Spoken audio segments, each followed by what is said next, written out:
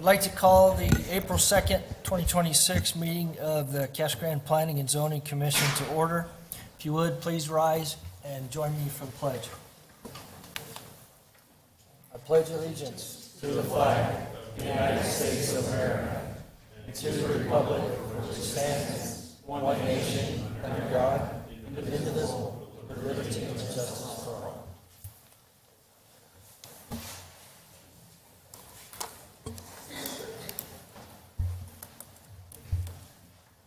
Okay.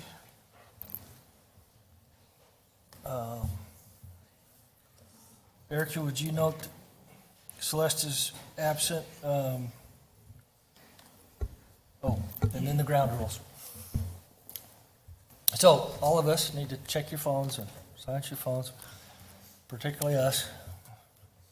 If you'd like to speak, and we hope you will, please fill out the speaker request form, give it to the planning staff. We've got quite a few of them up here. Thank you. I will call you at the appropriate time. Commissioners are volunteers just like you are trying to do good things for the community. The normal agenda steps will have the staff give a presentation, and then the commission will ask questions of the staff, have a little discussion there, then we'll call up the applicant or their representative and allow them to do a presentation, and may have some discussion there between the applicant and the commission. Then we'll open for public comments, and I'll start with the cards that have asked to speak and invite you up, and after that I'll invite anybody else that would like to speak. Then the applicant or staff may give a response, but we will not do that while you all are speaking. It'll be after all the speaking is done. Then we'll bring it back to the commission. We will deliberate and take the action, whatever action is appropriate.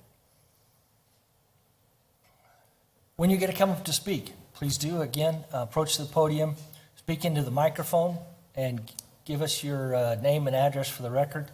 Please keep your comments to 3 minutes.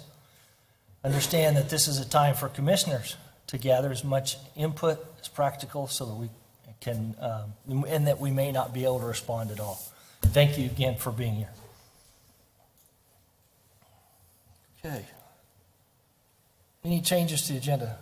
Mr. Chairman, there are no changes to the agenda. Very good. Commissioners, you've seen a set of minutes. Chair, I'd like to make a motion. Okay. I'd like to make a motion to approve the minutes of the March 5th, 2026 meeting. Okay, I have a motion to approve the minutes. Second. Second.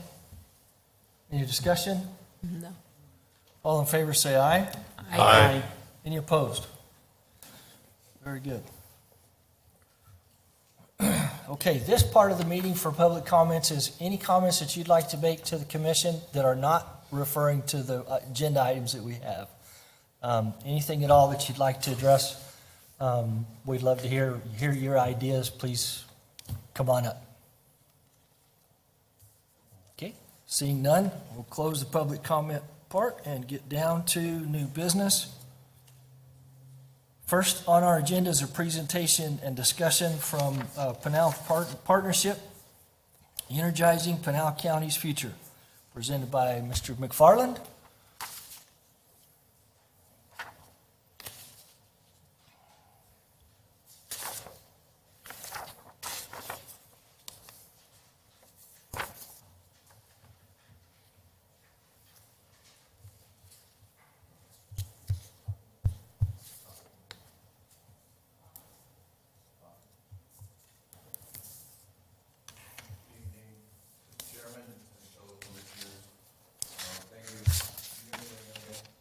The mic's not on or something.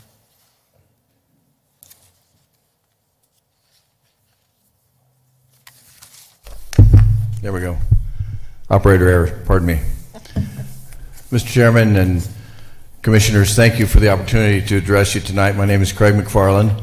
I am the President and CEO of Pinal Partnership, which is a economic development group of about 210 entities here in Pinal County, all interested in economic development, forwarding economic development in the county of Pinal County.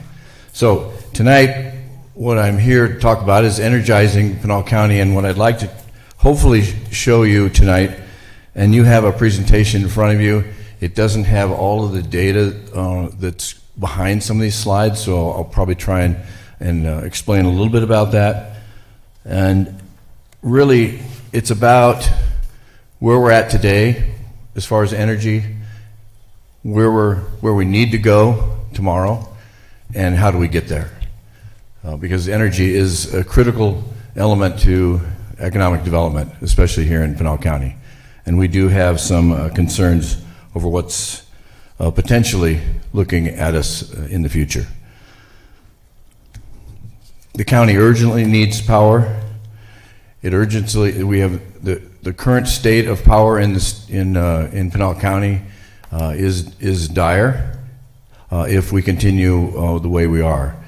And in speaking with and working with SRP, APS, the electric districts, we basically put this presentation together. It took us about a year, honestly, to put it all together. So there's a lot of data and a lot of information in here, and I'm not going to go through all of it, or you would kick me off the podium here tonight.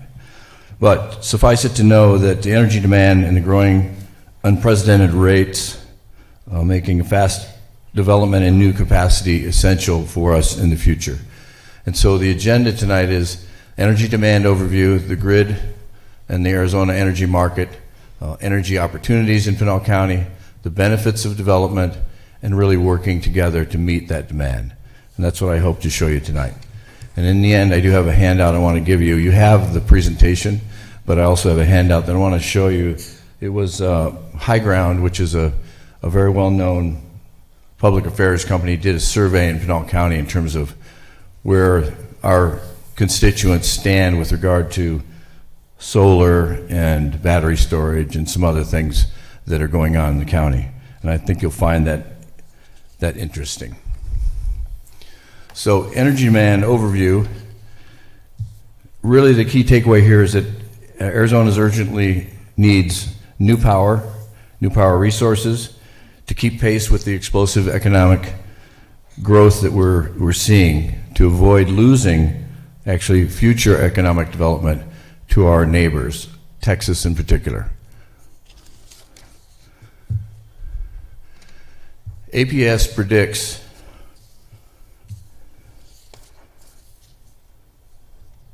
that their anticipated massive increase in peak demand is going to require thousands of megawatts of new resources in the near future. APS forecasts an unprecedented annual peak demand growth, and it translates to more than 3,400 megawatts of new capacity that they need. Their estimate is in the next 6 to 10 years, they will need to double their capacity to meet the demand that is coming our way.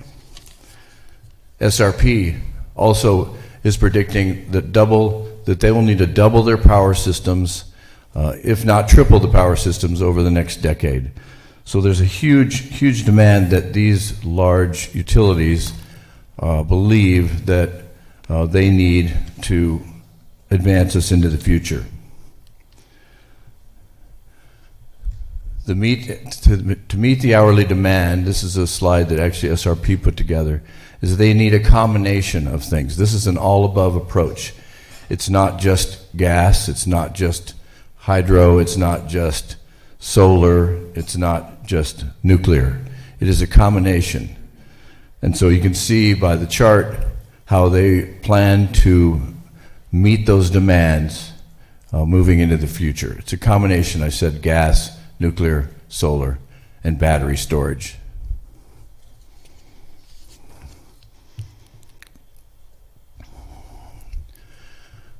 The load sensitivities. Across all load scenarios, Arizona must add significant new capacity of every source type to stay reliable. And this just shows you some of the levels and the amounts that they are looking for. The grid and the energy market, really transmission infrastructure, it impacts the siting of power plants, utilities, all manage and build an interconnected Arizona grid. So when somebody says that this solar field is being built and that power is going to California, that's not true. The power stays in our grid and is shared, but we also share with California. So it goes back and forth. The whole Western grid, which there's a chart in here that shows that. In fact, this is it. This is the transmission infrastructure. And these industries locate near these power grids, near these power lines. And if you look at the slide on the right, that shows the Western interconnection. And if you look on the right, that's the Eastern. And of course, Texas is by itself. And if you recall back when Texas had their issues in the freeze, they had no power because they were not connected to anybody else. So we do have some redundancies in our system, which is positive. But we need to continue to broaden these. And SRP sources today, these are their sources, these are their power locations. And just to give you, the utilities depend on a wide mix of resources across a wide geography in order to maintain reliability. And that's, if you talk to any of the power companies, that's their number one priority, and that is reliability. When it comes to service territories, this shows a map of all the service territories and transmission ownership. They often differ, meaning that the projects can site in one utility's territory but connect to another's transmission. So there's interconnectivity. This actually shows some of the ED2 districts, which we have here in Casa Grande and in Maricopa, also SRP and APS.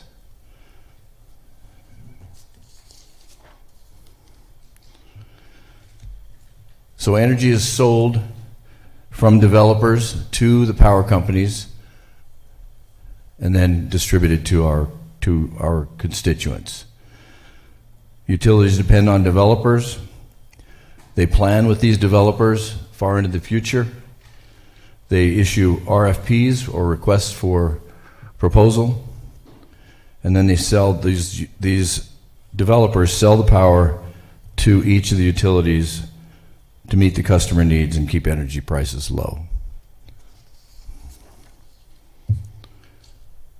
Energy opportunities in Pinal County, it's unique. We are positioned to host new energy projects thanks to strong growth, available land, and existing infrastructure.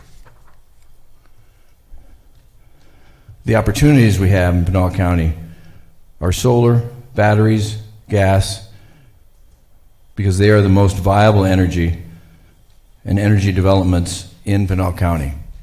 It's a combination of things. It won't be one, it'll be all of the above. It's an all-above approach. Battery storage projects can be developed quickly. Solar projects can be developed quickly. They're sustainable.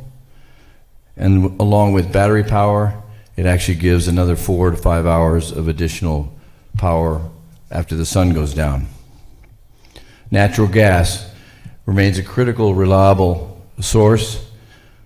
We have some additional new projects coming down the Trans-Western Pipeline, and this shows the pipeline from Texas coming over into Pinal County. The termination of that pipeline is in Pinal County. And there's several gas projects that are in the works. There's a large 300 megawatt plant that's planned down around Picacho Peak that will require the use of this Trans-Western Pipeline. The pipeline itself is being sponsored by Tucson Power, APS, and SRP, if you hadn't heard about it. Other technologies deployed in Arizona include hydro, wind, nuclear, and coal. While Arizona uses various technologies, not all are best suited to be built in Pinal County. SRP and APS are jointly looking at sites for a new nuclear plant because the large nuclear plant that's out on the west side of Phoenix is probably the single best source of power. It's actually about 14 to 15% of the state's electric power. And so they believe that siting another large power plant is potentially the answer. The coal plants that are up in the northeast corner of Arizona, they are planning to convert those to gas. The coal plants are being shut down, and they will convert them to gas. So there'll be some additional power coming from those gas facilities.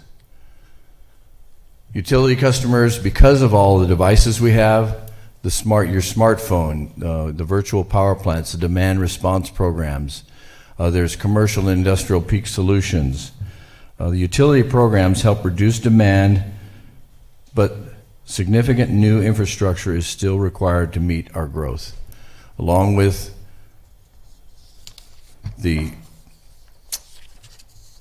all of the requirements for your smartphone, for AI. All of these systems take more and more power.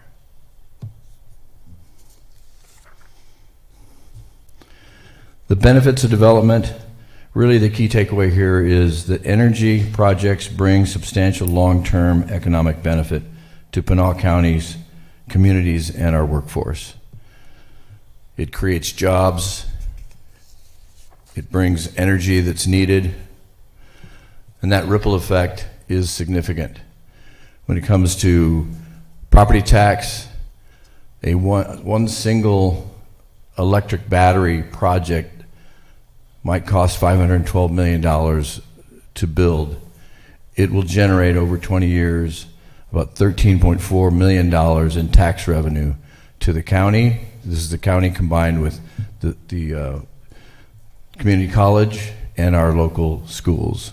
That's just one project, along with the construction of that project as well. Again, each project generates tax revenue, community funding, landowner income, and a wide spread of job creations from construction to the maintenance and operation of that plant or facility. Low-cost energy as economic growth driver. More energy projects, more lower power costs, which directly attract major employers and economic development. Again, working together, we can meet these demands. Meeting Arizona's energy challenge requires close partnership between utilities, developers, local government, and our community. These are key points in terms of us meeting that demand. Acknowledging challenges in development in Pinal County. Energy development raises legitimate concerns around siting, safety, information conspiracy, and consistency that must be addressed openly. So those are the things that we're trying to do here, is give you those tools, give you that information, so that if somebody questions or has a question about something, you can have some data. And if you have some questions on it and need additional information, you can just, you have my cell number, you can call me. And I'll put you in touch with somebody who might be more knowledgeable about it than myself. Again, best practices from developers. Most, I would say all of our developers are responsible. They prioritize good siting, environmental mitigation, regulatory compliance, and proactive community engagement. They are responsible developers. This is not the underground mines, coal mines of 100 years ago. These are sustainable. These are good practices. And we just need to make sure everyone has the right information. More power, again, is urgently needed. As I said at the outset, Arizona's needs, we need solar, we need storage, we need gas, and we need it now. Nuclear solutions are coming, but they're at least 10 years away. So in the meantime, some of these other solutions really are going to be the answer. I said it earlier, if you have any questions or if you need additional information, please let me know. I do have this available and the presentation actually on the PowerPoint that actually has a lot more explanation on the slides. If you'd like me to send that, I'd be happy to. It gives you a little more detail on each of the slides. Any questions? Commissioners, any questions? Nope. All right. Yeah. So this is the survey that I mentioned. It was from my friend. It was not in the packet, so that's why. Place to look at are the two charts in the middle. Thank you. Wait, it wasn't. Yeah, they printed it out. Here, you have a copy. Oh, thanks. Since I printed them, we have to check it. Thanks. Higher quality paper.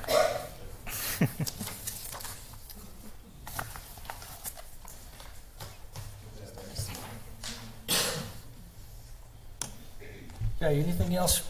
I don't have Sorry. any questions, but just a comment. You know, I support the development of energy in our community because of the benefits it brings economically. But since we have so many people here and ears, I figured I'll also make a comment of things that I often think about is APS, SRP, any of the electoral districts often try to expand their infrastructure through private companies and other partners, is how can the city of Casa Grande take a part in that partnership, specifically for benefits that we may not always think about. And one that I think about all the time, especially as I was coming up Jimmy Kerr, the back way from the I-10 to get here tonight, is just the proliferation of overhead power lines in our community and how we can go about working as a community of City of Casa Grande with these companies to identify ways that we can underground some of that and create better resiliency. Because I'm sure that some of you have dealt with every monsoon season when your neighbor's trampoline ends up in the power lines that you don't have power for some time, or when the microburst knocks down all of the wooden electrical poles, you end up with no power for some time. Or a Mylar balloon gets caught up in the Exactly, exactly. And so, you know, our code, it does suggest that overhead power lines along local streets should be undergrounded when development projects come in. But if you're an existing neighborhood, how often is a development project going to come in that undergrounds that electrical wire for you? It just isn't probably going to happen. And so when we look at what the city of Casa Grande can do, and you know, when I mention other jurisdictions, I don't mean to compare us, because there's often no way to compare one jurisdiction to another, one for one. But for example, the city of, or town, I guess, of Paradise Valley, they have a program with SRP where there's cost sharing between a property owner and the electrical company and the town to underground that infrastructure. And so are there opportunities for the city of Casa Grande and these electrical companies to come to the table and help us work to maybe make the aesthetics of our community a little bit better as they go to expand their infrastructure within our county? Just a thought, since we have so many people here, I would leave you all with that and my own thoughts that I often have about energy as it comes into the city of Casa Grande and Pinal County as a whole. Do you want my opinion? I would love to hear it. So obviously, when new development comes in, the power is obviously undergrounded. The existing communities like the Evergreen District here, not too conducive to undergrounding at this point in time. Not that it couldn't be. And I would think that the power companies, knowing them, that they would be interested if there was some appetite on the part of the city of Casa Grande or any city that they had jurisdiction in, that they would have a conversation. I think they're all very open to helping out wherever they can, and if it means some efficiencies and power poles don't get snapped in half in a haboob, that saves them a lot of money as well. But there's a certain level of power that they can't underground. So some of that you see along Jimmy Kerr and some of the larger lines, they cannot underground it. So it's, you know, there is a combination there. And the line siting, typically they're very open. They have public processes. So, you know, before they put in a high powered line, you know, anything in the 100 kW range, they always have public process and try and find the least path of resistance in terms of getting that power line. I know APS is putting in at least 2 substations here in Casa Grande because of our growth. There's one out on the east side and there's one on the south side, and so those are coming, and they will have power lines leaving from them. So those are things that the public should be aware of and should participate if you want to have some say in where those power lines go. Thank you. Anything else? Mr. McFarland? Thank you. Sir. All right, thank you. Okay, with that, we will start. We're at, if I'm right, we're at G2. We will consider and have a public hearing for a conditional use permit and associated resolution for an accessory structure greater than 675 square feet in a residential property, DSA 2600025. Daniela, talk to us. Good evening. This presentation is for the planning project DSA 2600025. The applicant has applied to the City of Casa Grande for a conditional use permit. My name is Daniela Warren.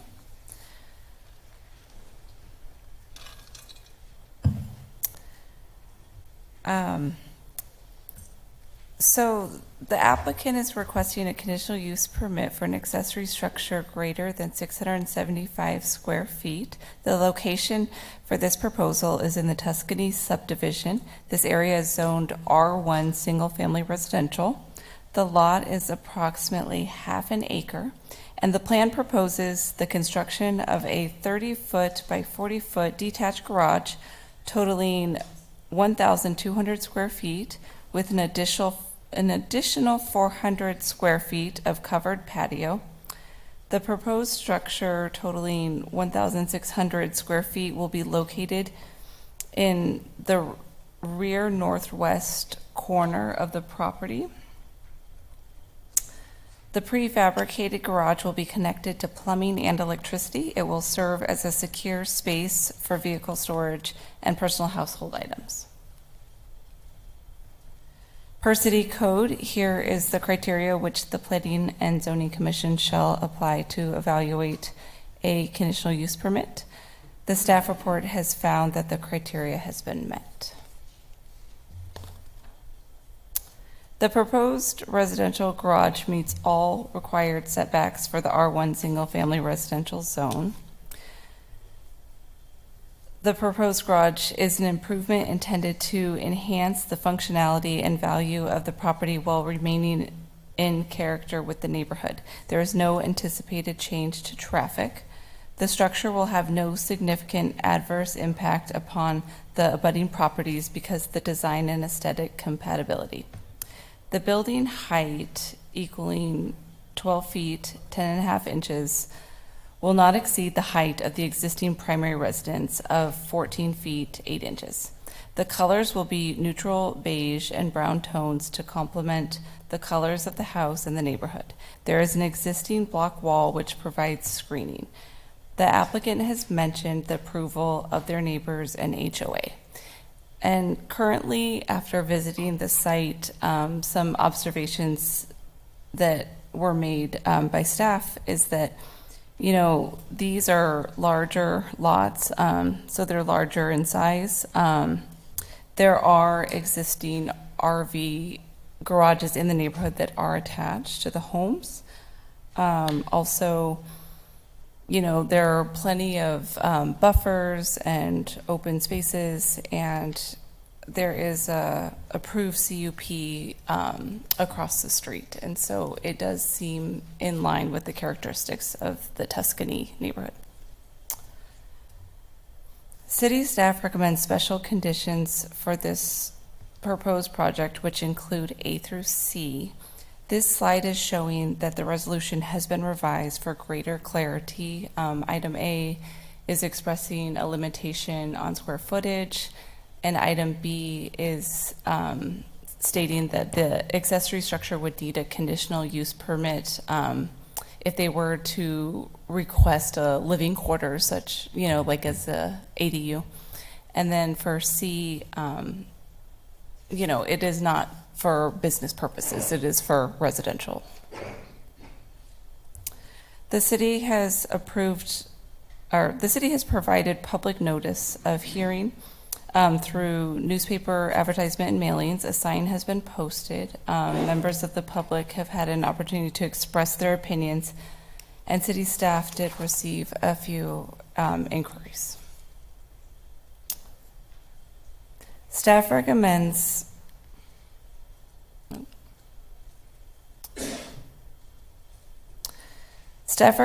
that the Planning Commission approve the conditional use permit and associated resolution DSA 26-00025 for an accessory structure within the R1 Single Family Residential Zoning District with the listed conditions of approval.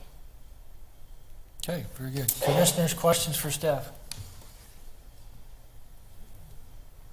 No? Ed? Mr. Chair, I brought this up earlier. I just wanted to double check if it was corrected. On the resolution, the second whereas, it says with a maximum height of 1,600 square feet. So we just need to make sure that that's corrected. Yeah, we fixed that in the resolution, we just didn't update it. Okay, no, that's cool. I just wanted to make sure. Thank you. We appreciate it. Okay, The applicant, are they present? well, I'll get there. Hang on. Sorry. Any other questions for staff, commissioners? No. Very good. The applicant or their representative like to speak to the commission? We don't. Okay.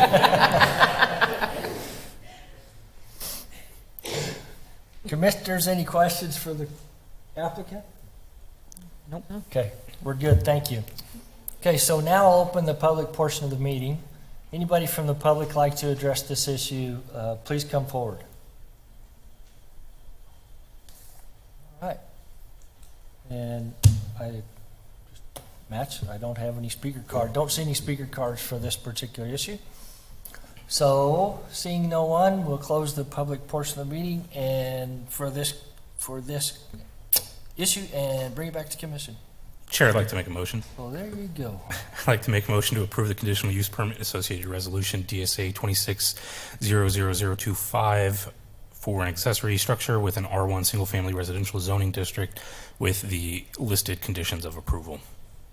I'll second. Okay, and a second. All right, any discussion on the motion? Okay, seeing none, please call the roll. Member Ibrahim, Aye. Member Clegg, Yes. Member Smith, Yes. Member Aldrete, Aye. Member Hubbard, Yes. Chairman Benedict. Yes. Thank you. Good luck with your project, appreciate it. Okay, I'm still on the right track. We're at G3. We will consider a conditional use permit for a battery storage facility and have a public hearing with the general industrial zoning district located at the northeast corner of 503-44008A. DSA 2500172. Jacqueline, talk to us. Good evening, Commission. Again, this request is for a conditional use permit for the proposed construction and operation of a battery energy storage system, better known as a BESS. The site's located on approximately 36 acres between Gila Bend Highway and Clayton, east of Bianco Road. Again, the site is zoned I-2 with conditions of record. However, as noted in the staff report, the conditions only apply to the parcel within 600 feet of Gila Bend Highway. The site is approximately 1,700 feet away from Gila Bend Highway. A little overview of the project will consist of BESS enclosures and associated electrical components. The project will transmit electricity to the proposed APS Bianco station proposed just north of the site. And that will be via proposed transmission infrastructure and associated utility easements. The design is based on 20-foot containers of lithium-ion BESS enclosures. These are similar to industrial-type shipping containers. And the facility will have a total electrical output capacity of up to 650 megawatts. And to the right is the conceptual site plan. The site will be fenced and gated for security as well. Regarding the CUP review criteria, again, it's covered in the staff report. I'll be highlighting the two items here in more detail. With regards to that, the proposed use will have no adverse effect upon the budding property. Again, the proposed facility is not expected to have any adverse effect on adjacent properties. The site is located approximately a quarter mile from Bianca Road. All the site is, surrounding the site is I-2 and is currently undeveloped. To the north is the proposed APS station that is shown in green as Urban Ranch. One of the concerns this week that I received from some commissioners is on safety. So I did reach out to our fire marshal, and he provided some additional information for me. So as you know, battery fires behave differently than traditional fires. So the fire department's approach would emphasize isolation, cooling, monitoring, and coordination with facility representatives. Fire department would implement risk-based, pre-planned response strategy that's focused on life safety, incident stabilization, and exposure protection. They would also reach out to ADEQ and any other hazardous material response partners if there was ever a fire. And the fire department has also had additional meetings with the applicant and their third-party consultant, which they will be providing additional training to the fire department as well. And Fire Marshal also said that they are designing to the 2024 IFC Fire Code, which has better language and provisions than the existing IFC 2018 Fire Code, which he was happy about. And then with regards to that the proposed use shall be in conformance with the general plan. Again, the proposed site is within the manufacturing industry general plan land use category and is zoned I2 with conditions of record. As noted, the conditions associated with this zoning are not applicable as they are only pertain to CUPs within 600 feet of Gila Bend Highway, as well as screening along Gila Bend Highway. And again, this proposed site is over 1,700 feet from Gila Bend Highway.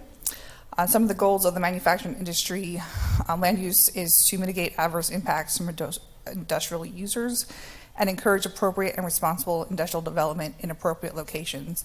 And again, just directly north of the site is the proposed APS substation that this project will directly support. With regarding the stakeholder process, applicant mailed out pre-scoping letters in December of last year.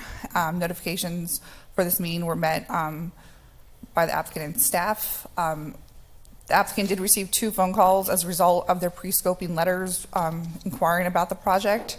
And since the staff report was published, I did receive a letter of support from the Arizona Technology Council that was distributed to you today. And I also did receive a phone call from an adjacent landowner regarding the project, just wanted to inquire about it and what the current utilities are in the area. And then also today, prior to this meeting, I just received a petition of support with approximately 50 signatures on it. I'm not exactly sure where they're all located, but just wanted to point that out. So with that, staff does recommend Commission approve the conditional use permit and associated resolution. With regards to safety, we did add a couple of the following conditions, and the applicant is aware of these and are on board with these. Their narrative also even mentions that they will be doing an emergency response plan, and then we also requesting a hazardous materials and spill management plan. So those will be added to the CUP resolution. So happy to answer any questions the Commission may have. All right. Very good. Commissioners, questions for staff? Nope. We're good? Okay, very good. Would the applicant, their representative, please come forward to address the commission? Chair Benedict, members of the commission, John Gillespie with the Rose Law Group, 7144 East Stetson. The conversation today about energy has already been very robust, so I do have a slide deck, but I'm happy to kind of forego going through my slides and jump straight to any questions that the commission might have. I know there's a few members of the public who'd like to share their support for the project as well. Just want to reiterate the BESS concept is to provide grid stability, and so that's really what it does. Is that it stores energy during the day and is able to deploy that at night to stabilize the grid and support APS operations.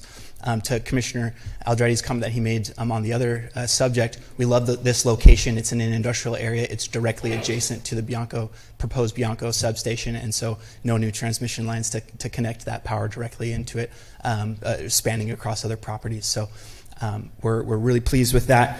We're grateful for staff's review and recommendation approval. The fire department has shared their familiarity with this updated technology, that we're meeting the latest codes, and we look forward to our team providing additional training to the fire department for unlikely emergency scenarios if that were to happen. So we're really excited about this project, its location, and what it can deliver here to the city. And with that, I'm happy to take any questions that you might have.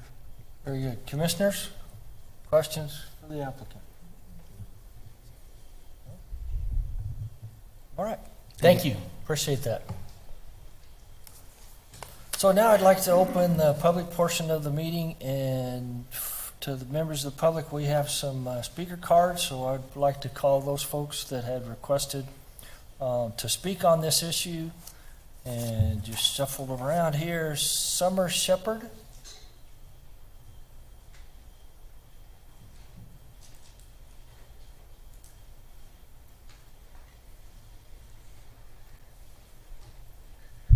Hi. Hi. I'm a student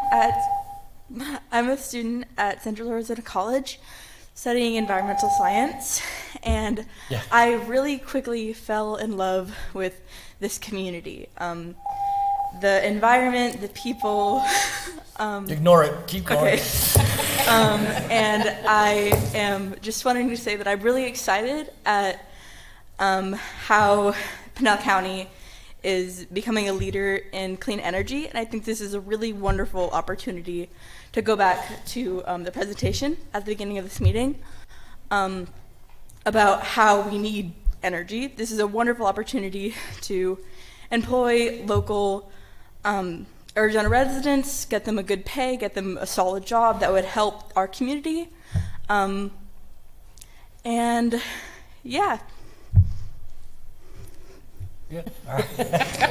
Awesome. Thank you, Summer. Very good. Okay, I'm going to mess up names. I apologize right up front. Sepond Elizabeth? There you go. How close was I? Pretty close. Thank you. You're In kind. the ballpark, we'll say. You're In the kind. ballpark, as we like to say. Good evening. My name is Sepand Alizada. I am with the Arizona Technology Council, 2800 North Central Avenue, Suite 1530 in Phoenix. Here to speak in support of the CUP for Samba Energy Center. First, before I begin, I want to thank staff for all their hard work. They've worked very, very diligently on this project, so thank you to staff. And now I want to move as to what the Arizona Technology Council does and why the Arizona Technology Council is supportive of this project. So we are a trade association of over 750 tech companies of all different sizes here in the state of Arizona. We have quite a number of members that are based in Pinal County and Casa Grande. We have a number of renewable energy developers. And what we are hearing is that they want to be here. They want to be in Pinal County. They want to be in Casa Grande. Mission Clean Energy is just one company. It's an American company that wants to be here and wants to do projects in this wonderful community. Now, battery energy storage systems, as John mentioned, are critical components of the 21st century energy infrastructure. We need them more than ever as our energy demands are growing all throughout the state, but especially here in Casa Grande and Pinal County. These systems are being built safer than ever, they're more reliable than ever, and they are helping bring jobs, tax revenue, as well as tech companies to growing communities such as Casa Grande. So with that, I'm proud to stand here, proud to be here. Thank you all for your hard work, and we hope you will be supportive of this CUP. Thank you very much. Thank you for your input. So, Michael Packard.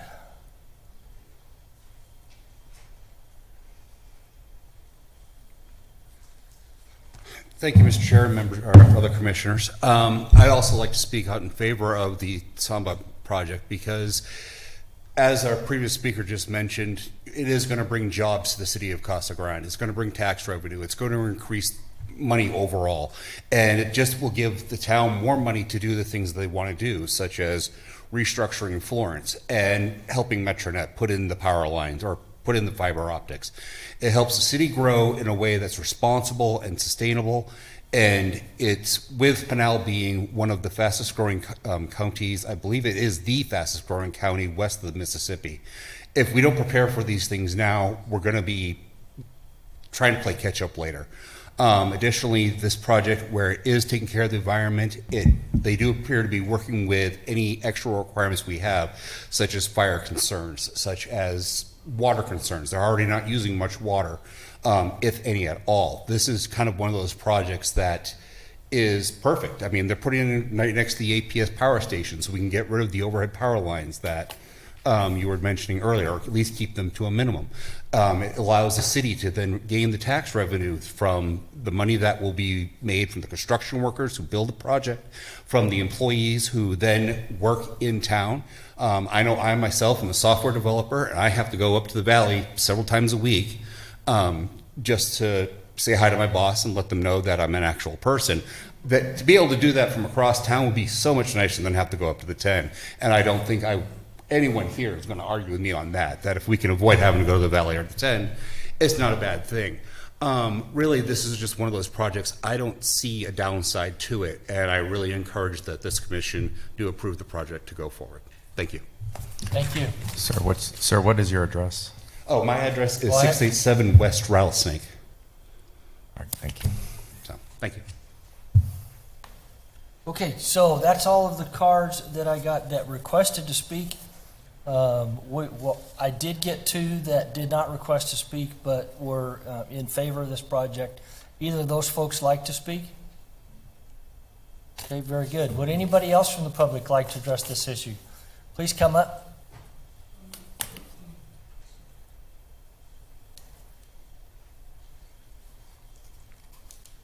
Give us your name and address for the record. My name's Kirk McCarville, 9405 North Paseo Palo Verde, Casa Grande, Arizona. I didn't fill out a card because I didn't intend to speak, but I do want to point out one issue. This is a 1,500-acre advanced technology industrial park. This project is right smack in the middle of it. We did sell the 80 acres next to this to APS for a switching yard. They're going to put a 500 kV, a 230 kV, and a 69 kV substations in there to help with the energy infrastructure. It'll be years before that comes online. We are already got our hands tied in this park for any projects over 10 megawatts. We simply don't respond because we're told that it might be 8 to 10 years before we can get that much power here. There's other alternative power solutions going on in the area, and even some more in this park, which you'll be seeing another application pretty soon. But these are generational Casa Grande families who happen to have land on the growth side of town. The Keelings, the Alzas, the Barnes. We have located 5 industries here already. Chang Chung, Kohler, a supplier to Kohler is about to break ground. Green Bay Packaging, NRS is there, and with another Chinese company just bought another 40 acres there. We've sold about 460 acres here. We have about 1,000 acres left with limited power. And so we're kind of slowing down our marketing program now. We're working on building some railroad tracks and some other infrastructure. We're waiting for APS to put in those substations. These battery plants are critical, but we are already in trouble in terms of being able to attract additional quality, high CapEx, high investment, high wage employers in this area. We're handicapped right now. So anytime we get energy projects in or near this area, we should be embracing them. Thank you very much. Very good. Thank you, Kirk. Anybody else like to address this issue? All righty. Seeing none, I'll close the public portion of the meeting and bring it back to the commission. Commissioners, what's your wishes, discussion? Chair, I'd like to make a motion if nobody else has any discussion. All right. I'd like to make a motion to approve conditional use permit and associated resolution DSA 2500172 with the listed conditions. Okay, I have a motion. Second. Take your pick. Either way. Yeah, either one. Okay, motion and second. Any discussion on the motion? Good? Okay, please call the roll. Member Ibrahim, Aye. Member Clegg, Yes. Member Smith, Yes. Member Aldret, Aye. Member Hubbard, Yes. Chairman Benedict. Yes. Thank you, guys. Appreciate it. Get her built fast.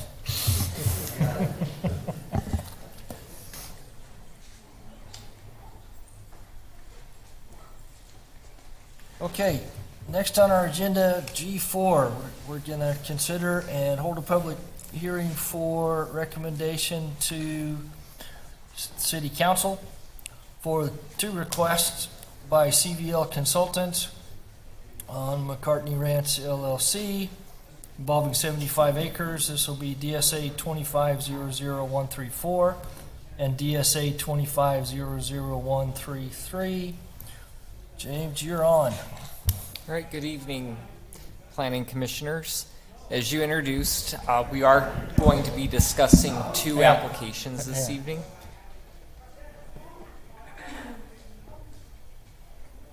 Kirk's having a party out there. Okay, we should be good. Let's go.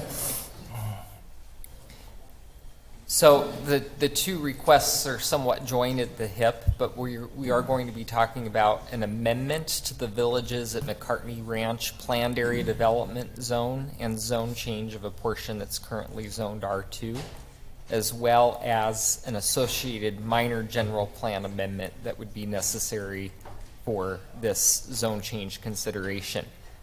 So the property in question involves 75 acres located near the southeast corner of McCartney and Pinnell. A little bit of background. The Villages at McCartney Ranch Planned Area Development is currently a little over a 34-acre mixed-use zone area located at the southeast corner of those two principal arterial roadways. Just a little bit over 11 acres of that planned area development zone is entitled for commercial uses, with the majority of the acreage, just under 23, is entitled for multifamily uses, up to 25 dwelling units per acre. Now, it would be rare for a site to develop quite at that density because you have to figure parking, drainage, etc. However, at 25 dwelling units per acre, the current zoning would allow up to 568 total units. The request is to amend the zone district to expand the planned area development to a 75-acre mixed-use zone district to accommodate an expansion primarily for commercial development. The request is to provide 37.86 acres of commercial, and it would be divided into three different commercial areas, the primary one being at the hard corner of McCartney and Pinnell, but with a leg of commercial extending south along Pinnell. And then there's a proposal for 36.85 acres of residential use, and it is separated into two separate parcels, parcel 1 towards McCartney and then parcel 5 further south, with densities potentially ranging between 12 units per acre in parcel 5 and 20 units per acre in parcel 1. With that density request, it actually would yield a maximum total of 565 units, 3 fewer units than in the current approved PAD. Now, I say potentially between 12 and 20 units per acre because the proposed zoning also is offering flexibility where either one of those parcels could also develop for single-family development. However, with the idea that it would be at a greater density than traditional single-family as the purposes of parcels 1 and 5 is to serve as a buffer between the commercial corridor along Pinell that's proposed and the planned single-family area as the McCartney Ranch 2 continues eastward to Treckle. As I was mentioning, there are 2 proposed residential areas, parcel 1 and parcel 5. At a maximum of 12 dwelling units per acre, it's likely to develop as like a duplex development or a build-to-rent. 12 dwelling units per acre is considered a medium density type residential development, whereas parcel 1 is proposed up to 20 dwelling units per acre maximum. That would be more of a higher density traditional walk-up style apartment development that could be built to achieve that density. The other request that we're going to be discussing this evening is the associated minor general plan amendment. So 43 acres of property that is currently within the neighborhoods category is proposed to be revised into the community corridor category. So the entirety of the requested PAD zone will sit in the community corridor general plan designation. The reason for that request is that when you look at what is allowed per the neighborhoods general plan category, it limits commercial areas to a maximum of 30 acres, and what's proposed in the PAD is slightly over that. And then it's primarily in the neighborhoods category, intended for single-family development. However, there are some allowances for multifamily development, but there's particular restrictions regarding site sizes and densities. Whereas within the community corridor general plan category that's being requested, it allows for a mixture of uses. It allows for both single-family, commercial, and multifamily development, and it is considered the most appropriate when you have a mixed-use PAD with this type of acreage. When reviewing the criteria associated with PAD amendments, the list on the screen is what's stated in city code, and the staff report goes into each of these in greater detail. I'm going to focus on the highlighted items, though, for the purposes of this presentation, because I think they're the most relevant. The first criteria that I want to talk about is the relationship to surrounding uses. So when you look at this area, you have, of course, Pinell Avenue to the west and McCartney to the north. Both of those are principal arterial roads, or at least in terms of how they're designated. And both Pinell and McCartney have interchanges with I-10. So in general, that area is likely intended for more intense type uses. However, you do have the Villago neighborhood to the north, on the north side of McCartney, but that too has a combination of retail and single-family residential development. Of course, you have the shopping center at the hard corner, and then as you go further away from Pinell, you go further away from McCartney, you transition into single-family development.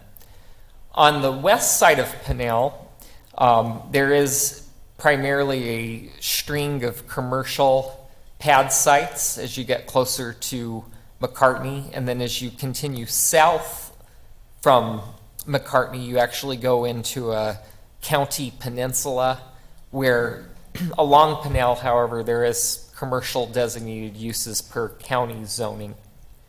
The area that perhaps is the most sensitive is the Coyote Ranch neighborhood immediately to the south. I say it's the most sensitive because it's a single-family residential zone district that is not divided by public rights-of-way from this area, but it is within that same area. However, it is divided by the El Paso Kinder Morgan gas line. And so when looking at proposed changes to this area, staff was mindful of the proposals in order to determine if the uses and the development standards could provide for compatibility measures.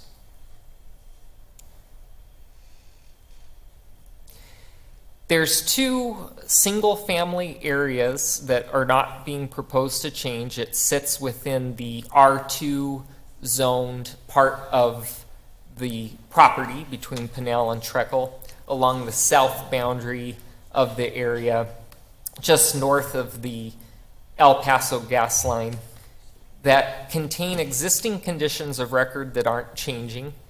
The area in yellow requires a minimum single-family lot width of 65 feet, and the area in pink, a little bit further east, requires a minimum lot width for 75 feet. Both of these are single-family areas. And then the lots that are perpendicular, immediately perpendicular to the boundary of the El Paso gas line are limited to single story at a maximum height of 25 feet. Because of the expansion or the requested expansion of the PAD to incorporate commercial C, which is a 3.75 acre area, about 300 feet wide, there was concern about allowing heights in that area that would conflict with what was already approved for the residential further east. And so therefore the PAD also limits the height in commercial C to 25 feet, and there is a minimum building setback for anything that gets constructed in commercial C building-wise to be a minimum of 45 feet from both the south and from the east boundary.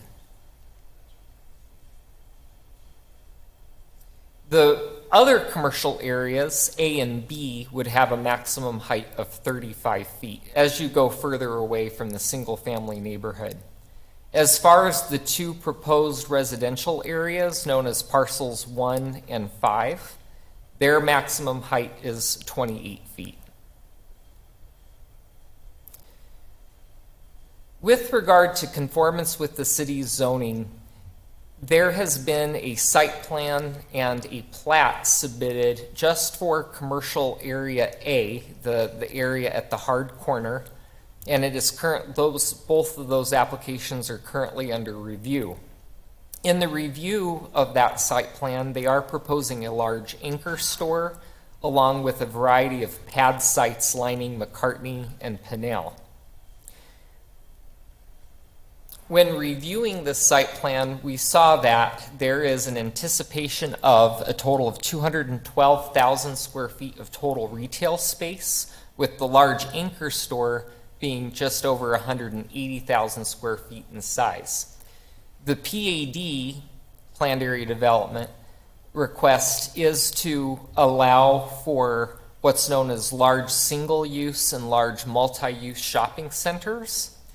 However, in the city code, there is a set of criteria that is required to be addressed pertaining to large single and large multiple use shopping centers, unless departure from that criteria is sought by the applicant and granted by the Planning Commission and City Council. So there are 5 departures that the applicant is requesting. And in part, they only know to request departures because they have submitted a site plan already and it is under review.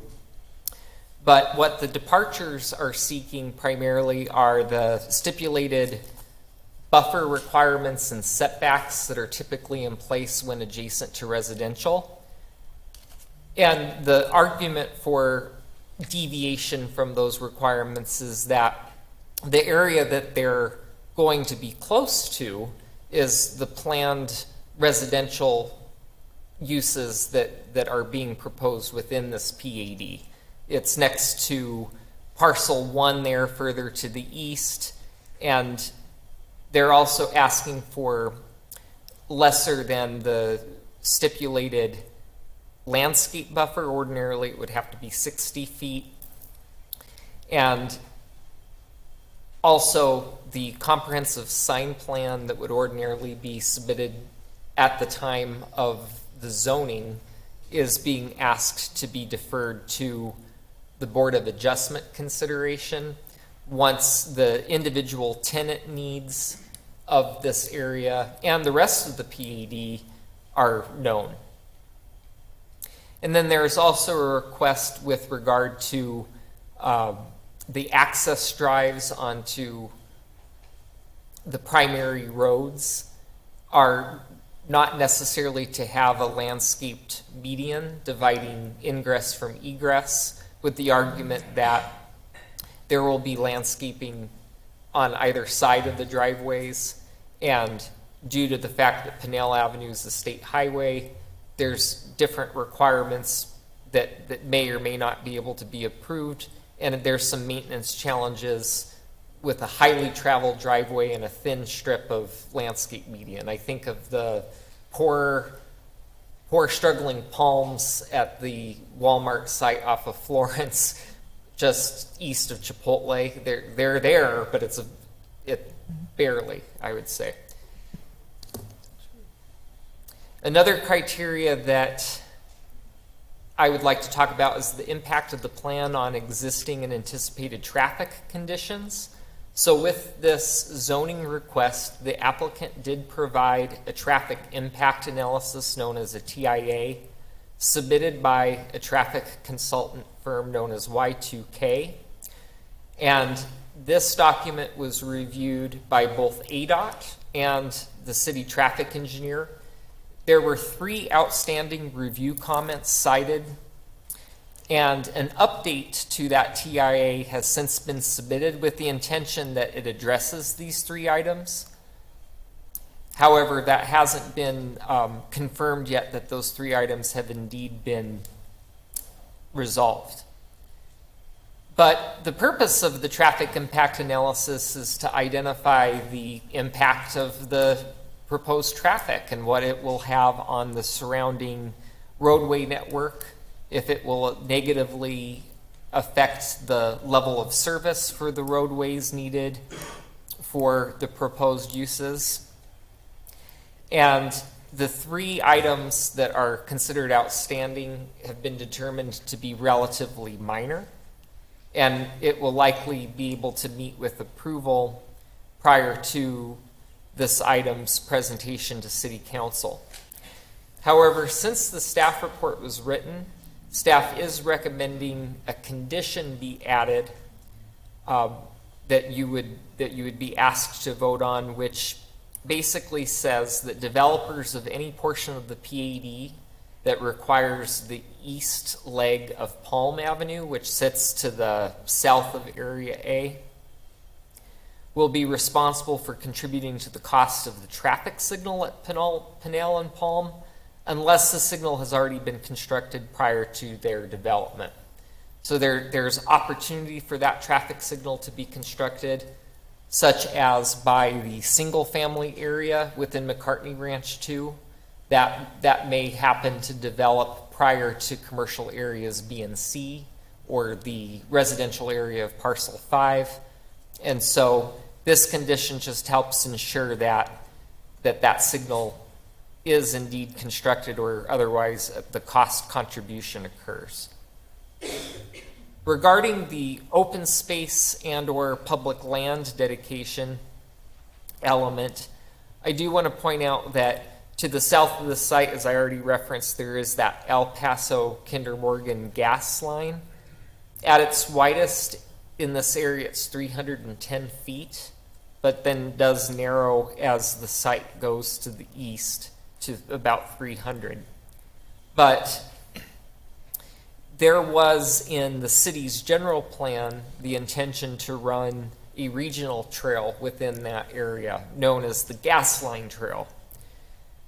As developments to the east and west of the site came in for their proposals for their platting, it was discovered that El Paso Kinder Morgan prefers not to have public trails within their property, even with easements and whatnot. The primarily it's probably due to the concern that should they need to work on the gas line, they're tearing up infrastructure that's not theirs, and they don't want to have to deal with the liability of coning that area off and making that area impassable during that construction.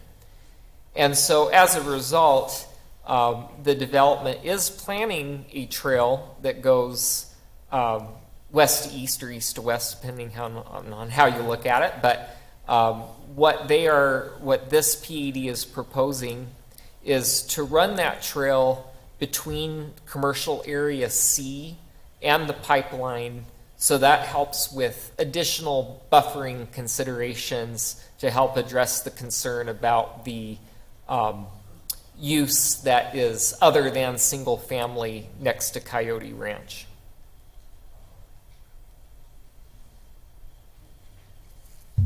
Regarding the general plan amendment, I touched on this a few slides ago, but one of the PAD review criteria is conformance with the general plan, and this request also has to consider a minor amendment, as about 43 acres of the proposed PAD currently sits within the neighborhoods category. That's the yellow that you see on the screen. And the request is for the entire 75 acres to sit within the community corridor category. That's the pink color. Immediately across the street, you notice the blue, that's commerce and business. So those are just basically high-level land use designations that determine what zone districts that follow are appropriate for the area.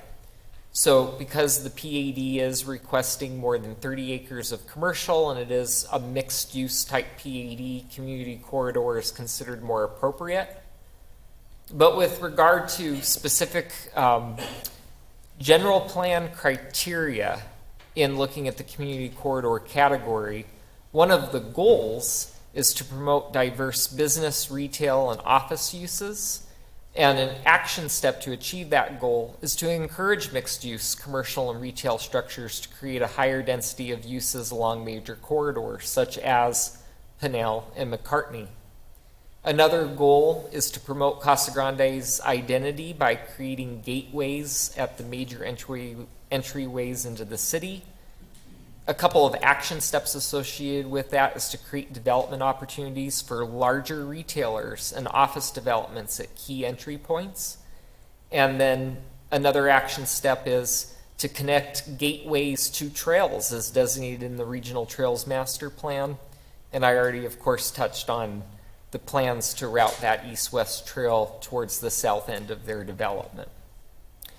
The general plan amendment itself requires the addressing of 8 criteria, and the applicant has provided justification in their submittal that staff agrees with. If the general plan amendment is to get approved, it would have an effect of a loss of 0.09% of neighborhoods designated land within the city, and a 0.9% increase of the community corridor designated land within the city. Regarding the notification process, notice was mailed to owners of property within 1,000 feet of the proposed PAD boundary on October 24th. The intention of that initial notification was to gather feedback that could be relayed to the applicant so that some immediate concerns could be addressed as part of that first review. The notice consisted of a web address where plans could be viewed. As a result of that public notification, I did receive an email from a homeowner within Coyote Ranch who had concerns about the proximity of the expanded commercial area near the neighborhood, which is what resulted in the change to the PAD to lower the height of the area C, the area closest to Coyote Ranch, as well as to establish a minimum of a 45-foot setback. And then on December 19th, notification to owners of property within 1,000 feet of commercial area A was mailed out when the site plan for area A and the plat for area A had been submitted for review. One email had been received as a result of that notification from a neighbor in Valago expressing concerns about traffic impact. And then once this was scheduled for public hearings, there was notification in the Casa Grande Dispatch. 2 public hearing signs were posted, one on Pinnell, one on McCartney, announcing the dates for the public hearings. And then additional mailed notification to owners of property within 1,000 feet were sent out on March 18th. And then since that time, there had been a letter from the Coyote Ranch HOA submitted to the Planning Commission via the Planning Department, citing concerns regarding the proposed multifamily. And then as a result of that letter, staff did coordinate a meeting with the applicant to determine how best to address those concerns. And in response to that, the applicant did revise the densities of parcels 1 and 5. Originally, parcel 1, the area closest to Pinnell, had proposed a maximum density of 25, and they reduced it to 20. And then parcel 5 also had a maximum density of 25, and they reduced that to 12. And of course, as I mentioned earlier on, even though they have expanded the overall acreage between what's currently approved in the PAD for residential to what's now proposed, it's about a 62% increase. The amount of commercial expansion is 242%, and despite the increase in acreage, it would result in 3 fewer units than what's currently approved. And then also, I want to say that there had been several additional Coyote Ranch homeowners that have contacted the city, generally asking for information, and in general expressing hesitancy about supporting multifamily development. And then just as an opportunity to share a little bit more about our public notification efforts, and to let everyone know here what's next, is there is a city council public hearing scheduled for this item. Should Planning Commission forward a recommendation to approve this PAD amendment on April 18th, that's a Monday. And any type of application requiring a public hearing, such as zoning, conditional use permits, etc., would of course be notified for either Planning Commission or Council as applicable. But due to the change to state law regarding site plan reviews, plat reviews, those items are reviewed administratively. And so long as those types of applications reflect a use at a height or at a setback distance approved by the property zoning, there would not be a public hearing. However, those are still subject to public notification. The city code does require a minimum mailed notification distance of 300 feet, but it would be greater depending on the scope of the proposal.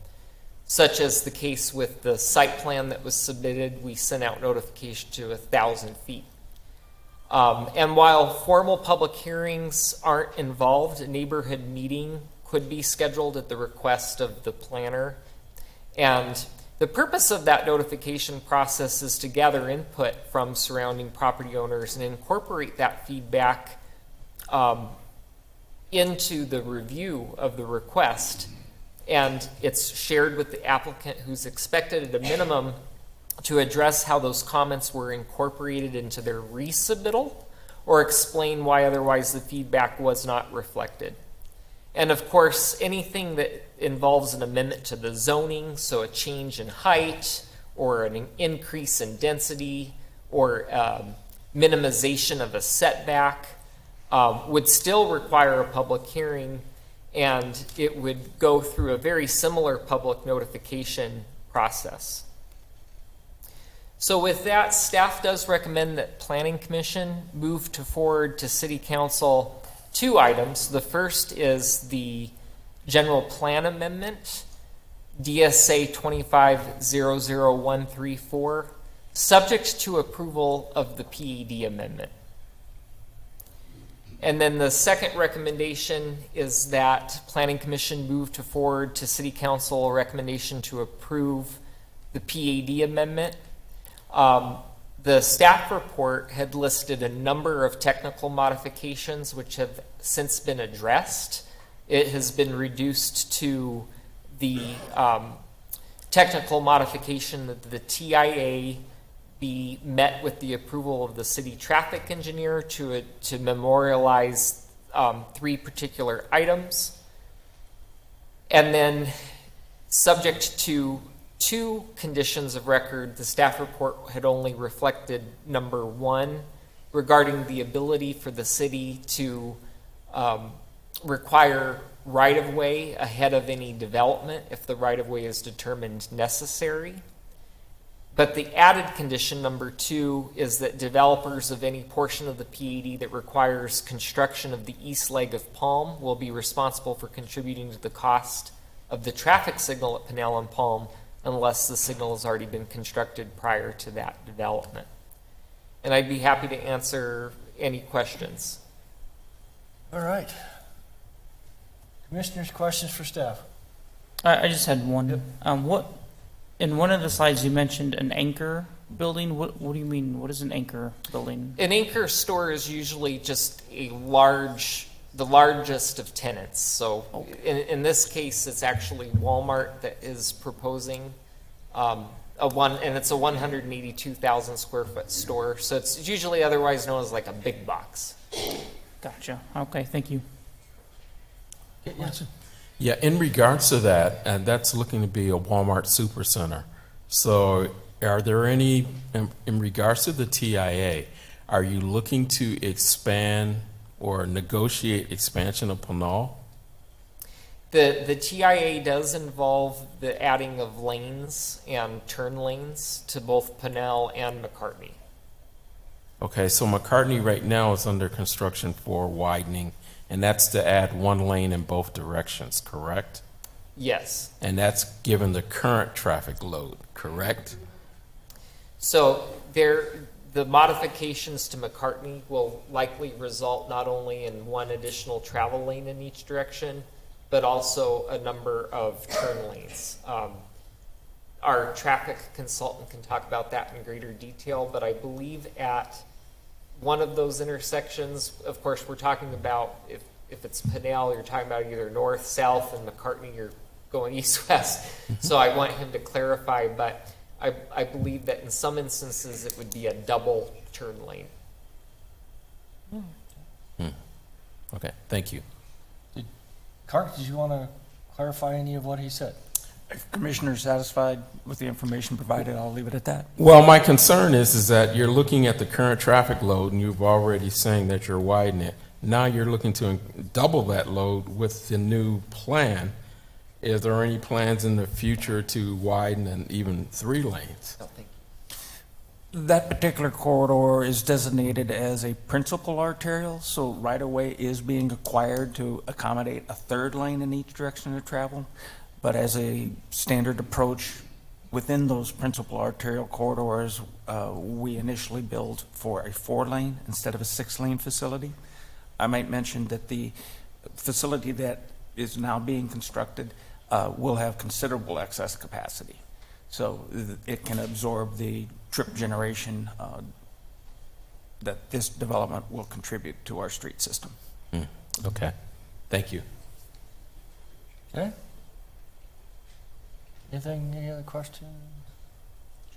Chairman, just real quick. Yes. Hey, Jim, Yeah, when you got the date?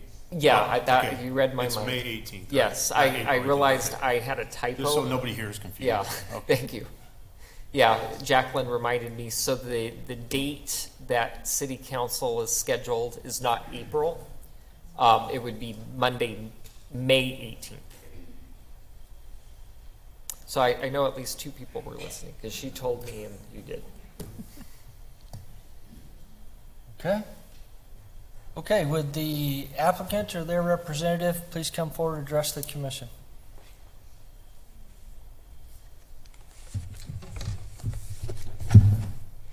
Good evening, Chairman, members of the Commission. My name is Julie Vermillion with CVL Consultants. I'm the planner on this project. Thank you so much.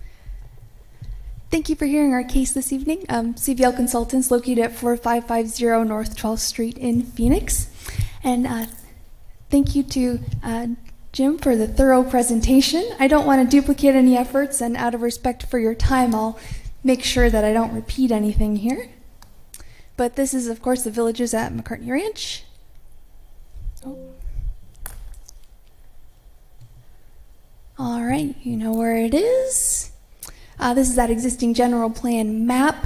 We were before you a few years ago for a general plan and PAD amendment. We requested this specific acreage of community corridor based on the site plan we had at the time. We weren't entirely sure that there would be much commercial demand in this area, and now a few years later we're seeing much more interest, and we're requesting this update primarily to incorporate a much larger commercial corner at that arterial intersection. So here's that prior zoning based on the old plan, the new zoning based on our current plan with that larger commercial corner.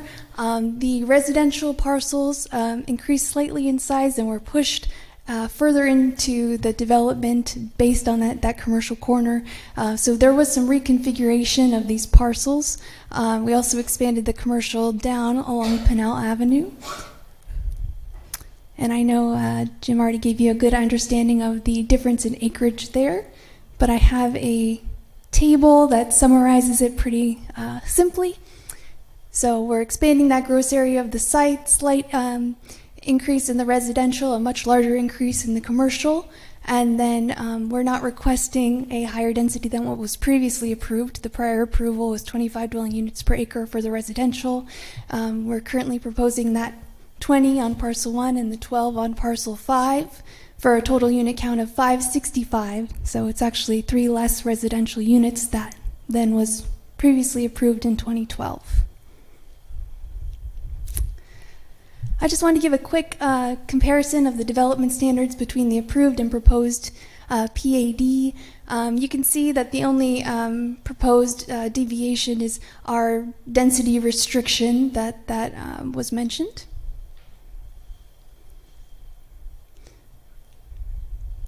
And then for the commercial, it was that building height restriction. For commercial C, which is along the south boundary, so from 35 that was approved to down to 25.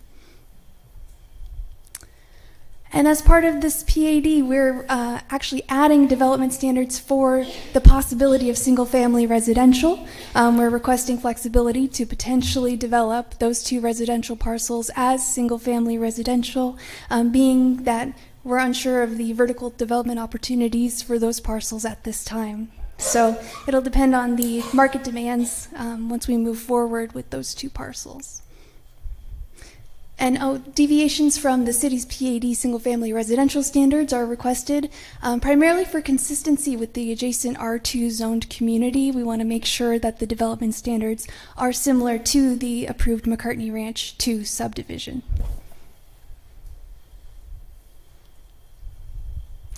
Here's that open space and trails plan highlighting that El Paso trail alignment and the location.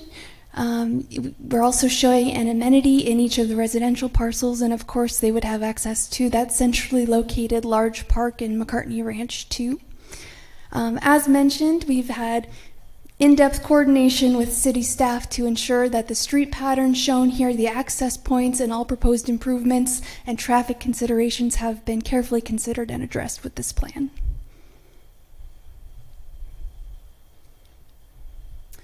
I just wanted to show a quick schematic of the sewer layout and the water layout just in case there's any questions on those.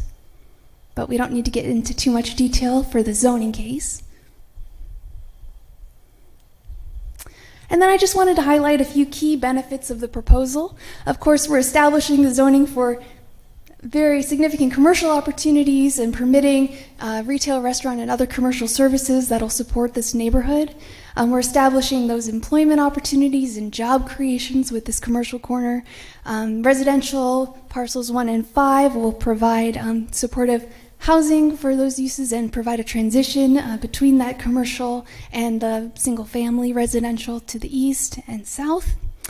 And of course, that trail alignment for the El Paso Trail, the open space areas and amenities that are proposed, and the sidewalks, bike lanes, and landscaping that'll promote multimodal transportation and an attractive streetscape around this project.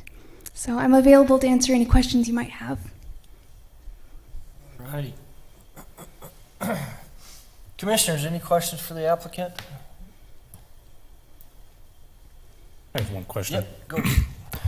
With the increase in commercial size, was there ever any thought to adopt commercial design standards so that it more closely resembles the existing homes in the area, but also the existing commercial center just to the north?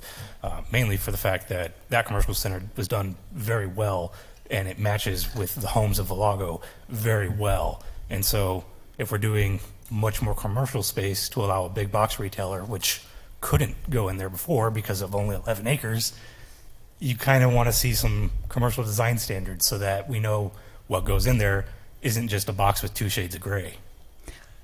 Absolutely. So the city code does have standards for large single retail use, such as what's going in on our commercial corner, and we do have a section in the PAD identifying those standards that we are in compliance with and those standards that we may be modifying or deviating from.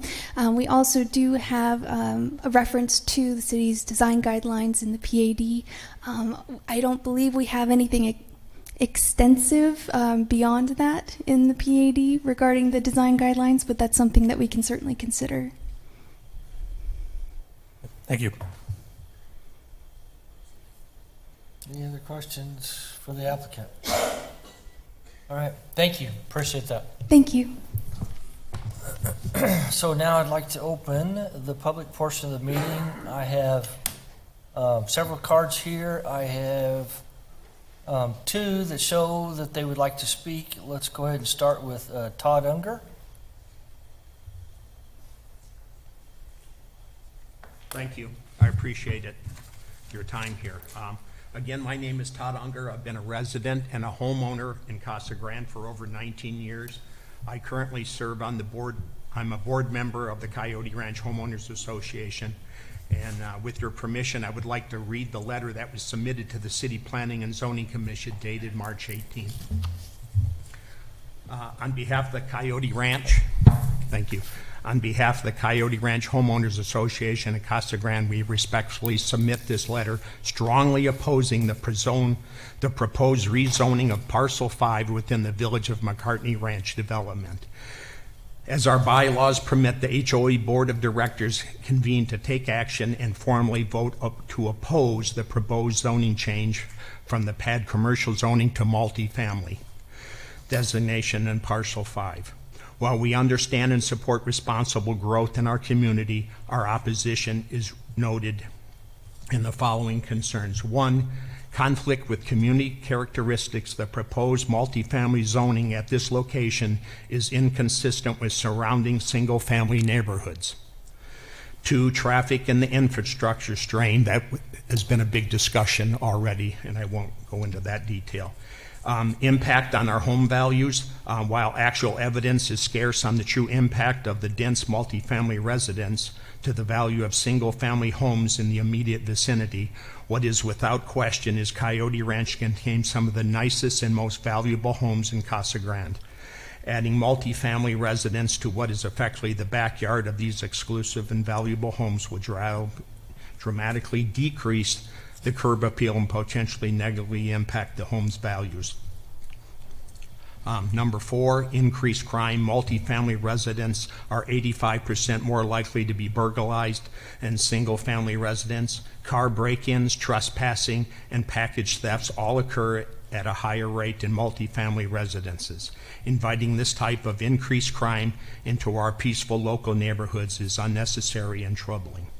Multifamily housing is not inherently evil or wrong. It serves a valuable service, and our HOA recognizes this fact. However, this commission must also recognize that not all locations are appropriate for multifamily housing. In this case, the proposed location is not appropriate for multifamily housing. As a result, we respectfully request that the Commission and the Casa Grande City Council consider these concerns when evaluating the zoning request and ultimately deny the requested rezoning application. Thank you for your time and consideration. Thank you. Appreciate that. So, Debbie Yost, request to speak.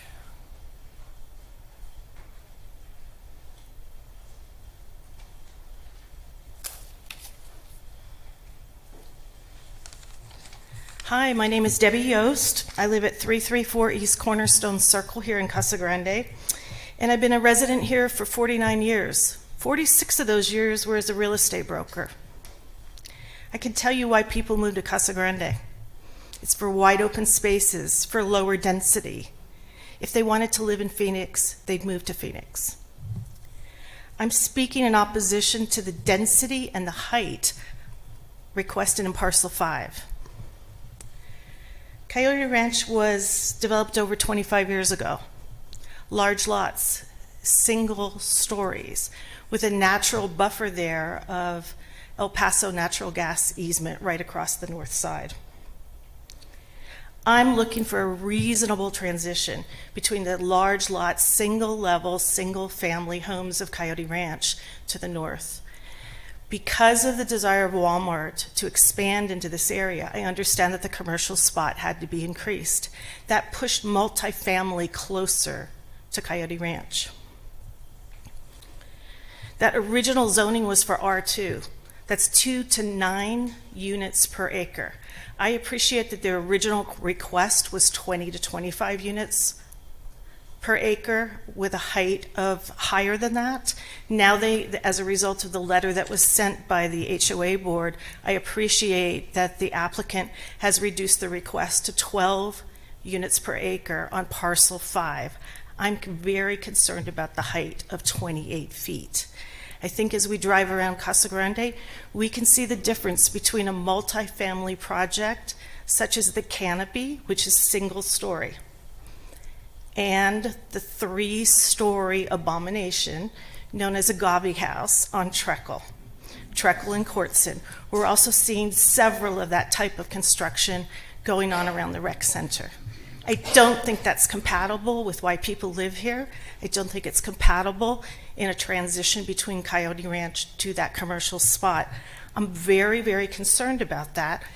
I know that whatever is approved by the council as far as zoning and a PAD is going to be very difficult to challenge, in particular with the state changing that statute if the developer's request meets the parameters of 28 feet in height and 12 units per acre. There's no opportunity. There might be a meeting of neighbors, but there's really no opportunity for public comment. So I believe that rezoning and approving this really creates a problem for the future. We won't have the opportunity to talk about the design standards. We live in the desert. We need to be cognizant of that. That was my 3 minutes. My request is that you decrease the height allowed in Parcel 5 and decrease the density lower than the 12 units per acre. Thank you very much. Thank you.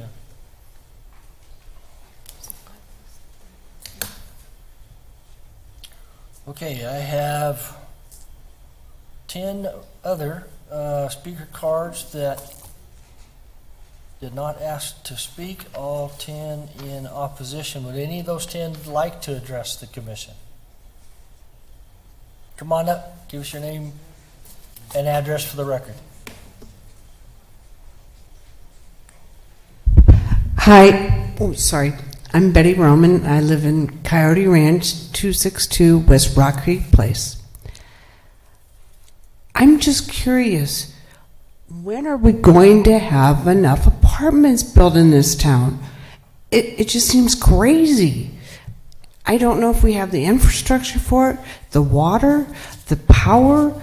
We never had problems at all with our internet service, and we've lived here 9 years. In the last 4 or 5 months, we lose it about 2 to 3 times a week for probably 3 to 4 hours.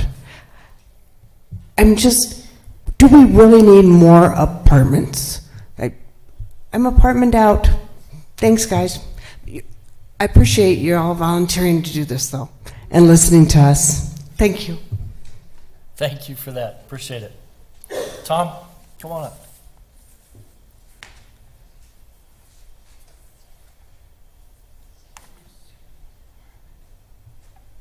Good evening.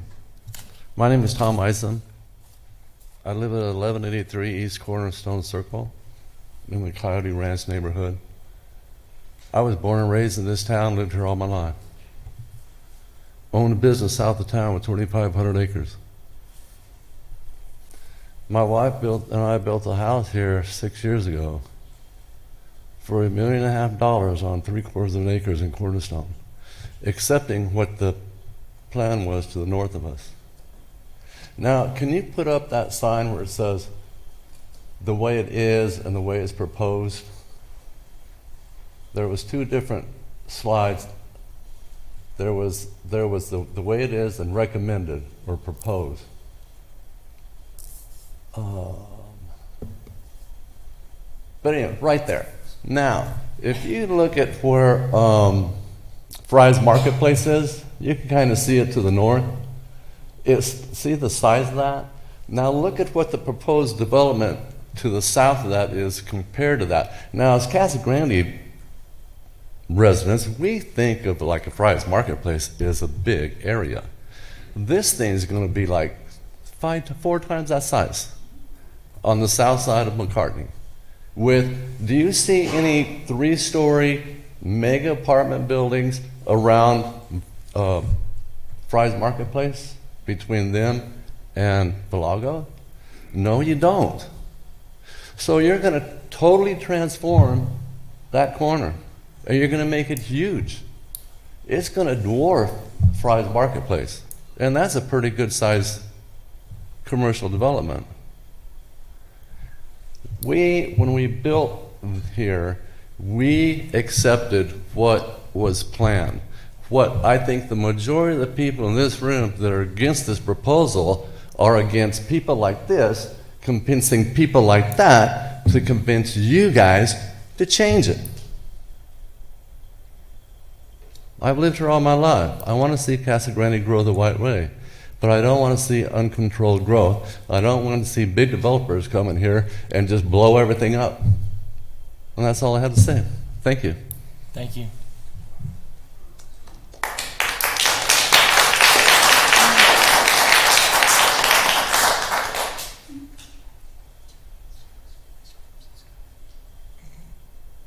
Anybody else like to address this? Please come on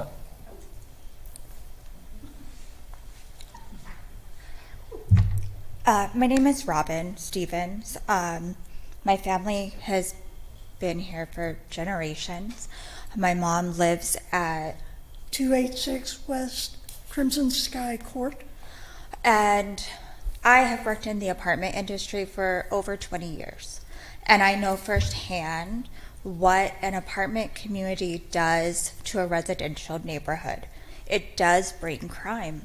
It does bring issues. It does bring down property values. And right now we have apartment complexes that are struggling to fill their occupancy. There's even more that are being built, and we haven't filled the ones that have already been open for over a year. So bringing in more apartments, is that smart? To have more apartments that are going to sit there empty? And if we are able to eventually fill them by lowering rates and lowering qualifications just to fill the occupancy, we're going to bring in more riffraff. And being in the industry for as long as I have been, that is what happens. When the owners get desperate and they need to fill an apartment complex, they lower the rates. They lower their, who they allow in, what they're accepting as far as credit, background checks, and criminal background checks. So you don't know who your neighbor's going to be. It's a it's a big problem that I think everybody here is concerned about.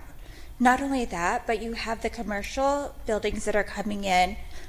What's the noise? Has anybody talked about what kind of noise there's going to be associated with that for the existing residents in Coyote Ranch? Also, too, traffic. I think that's a big thing. We already have issues with our infrastructure and trying to keep up with the amount of growth that we have, and then we're going to bring in all this commercial and traffic, and we're not ready. I also have a real problem with the proposed Lot C. That is basically backed up to my backyard. I don't want a commercial property as my backdoor neighbor with the noise, the height of the building, looking into my pool area. Coyote Ranch is a premier community in our town. We that live there have taken pride in our homes. We have invested heavily into them. We do not think this is an appropriate building, especially with the multifamily units backed up to our community. And I'm sorry, Walmart, I don't care where they put Walmart, it's still a Walmart. It is not aesthetically pleasing to the eye. It is, you're going to bring in more traffic to an already congested area. Thank you. Thank you.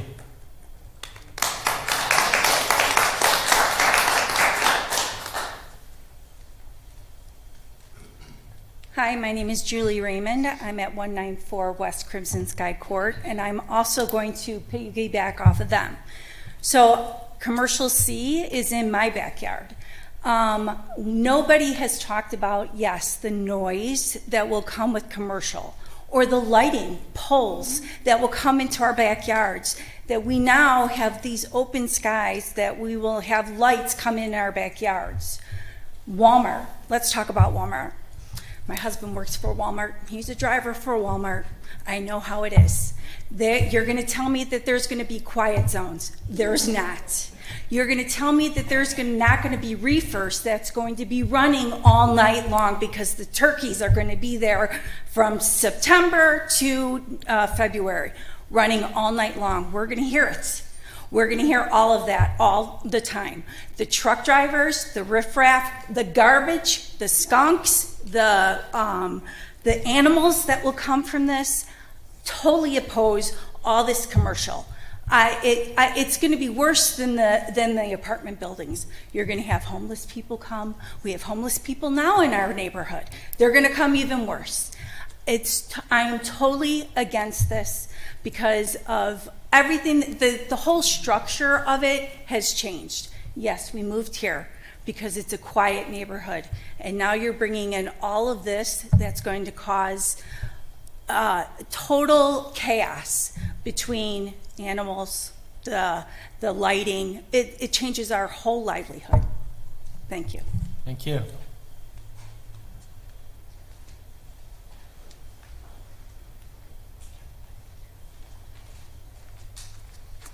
Good afternoon, Kent Volkmer. I live in Coyote Ranch as well on West Crimson Sky. I'm on the other side from a couple of the people that were speaking, but here's the issue that I have. I had not planned on speaking, but I took a couple minutes just to look at the TIA, and I would encourage each of you to do the same. Commissioner Smith, you talked about the traffic impact analysis. You don't even have to get through the executive summary, and this is what it says. There's going to be an increase of 35,000 daily trips. There is going to be 2,000 to 2,500 peak hour trips on this infrastructure. Their own infrastructure recommended adding an entire third lane just to Pinal. Who's going to pay for that? There's 4 stoplights that are now going to go on Pinal. Those of you, there was a gentleman that spoke earlier that talked about the terrible drive he has to Phoenix every day. I don't know that driving Pinal is going to be any better if this goes in. When this plan was originally created, they got their commercial, and it was a smaller chunk of commercial, and then they've got their multifamily to go with it. Now they're saying, we want to make both bigger. And I know Mr. Gagliardi indicated, well, technically there's a 3 decrease, but if you also listened to his tone and you actually heard the words that he talked about, that 568 was completely illusory. There's no way 568 pieces were ever going to fit on there. Not with your mandatory setbacks, not with your drainage, not with your mandatory parking. That is never a real number. So this idea that somehow there's less is simply not true. So they're keeping, though, the same and potentially increasing the number of multifamily houses, and they're increasing all of that commercial. My position is they shouldn't get both. Pick one. I don't care which it is. I can live with either. If it's multifamily, put that multifamily back up where it was at. If they want the commercial, that's fine, but they should have to give up that multifamily. Finally, they should pay for the road improvements. They're the ones that should pay for the 3rd lane on Pinal. They're the ones that should pay for the 4 traffic, not just 1 traffic light, just at Palm. Because of this particular project, they're saying 4 more lights are necessary. Thank you. Thank you. Appreciate that.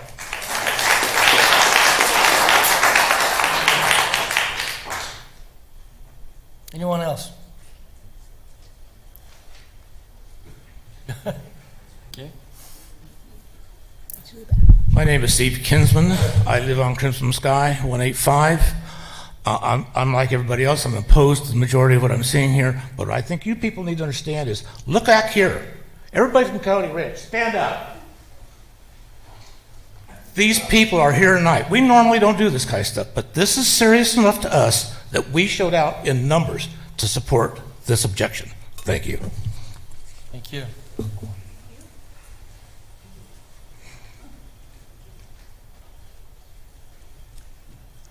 My name is Michael Keck. I live on the northernmost street in Coyote Ranch. I have a mailing address at a P.O. box.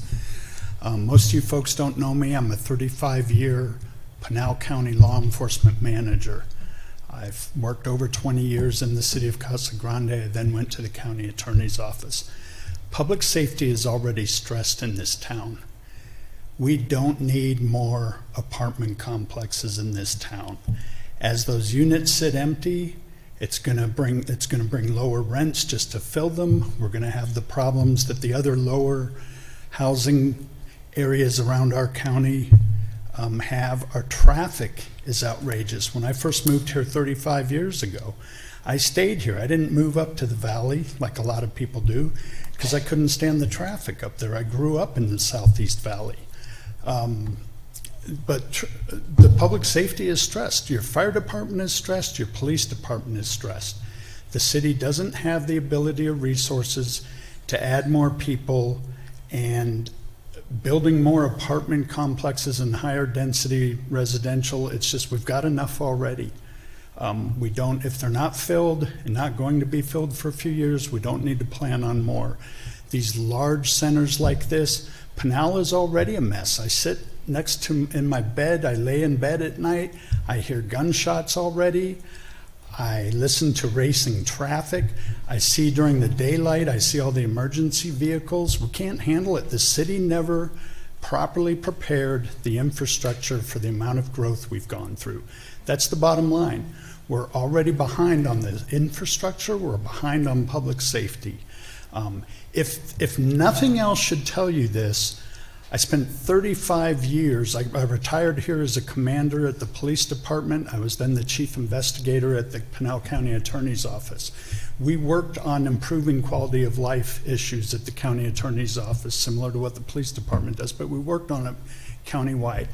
I just want to leave you with one message, or one impact, I think impactful. A 35-year veteran up until last year finally put cameras up at his house because of the problems in that area and behind my residence because I'm against the desert. And this is just gonna, I mean, next for me, what do? Do I fortify my house? it's problems. It's going to be problems. All you have to do is look at the call logs at the police department for all these apartment complexes.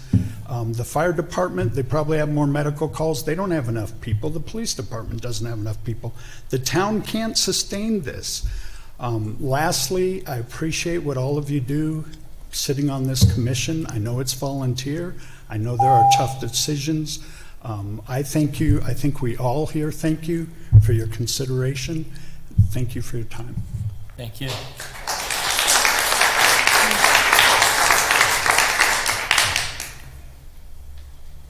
Anybody else like to address this issue? All right. Seeing none, I'll close the public portion of the meeting and bring it back to the commission. Commissioners, thoughts, next steps?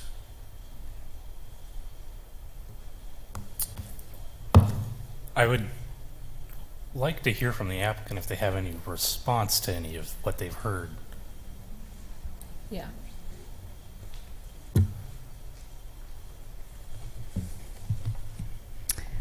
Hello again, Julie Vermillion, CVL Consultants. Thank you, community, for your feedback. I just wanted to go over a few responses to what I've heard. We understand that the 28-foot height, it was a concern, and that could potentially accommodate a three-story building, but it is only a 3-foot height difference from the single-story restriction along the southern boundary. And we could offer to restrict parcel 5 to 2 stories if that would make the neighborhood feel more comfortable.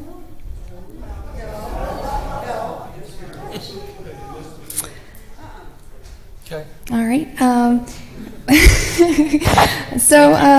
I'd also like to mention that the end users for the residential parcels have yet to be determined. We did add single-family residential design standards to this PAD. That will be determined by market interest and market demand. If the market is interested in having a higher density, maybe 20 dwelling units per acre complex there, that's what the demand would require. If not, it would be potentially single-family residential, so that would be up to the market and the end users.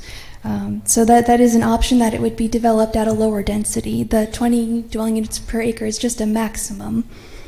Additionally, commercial C, the height restriction, it's the same as the single family. It's 25 feet. So commercial C is not requesting any significant increase in height or any increase at all. It's 25 feet.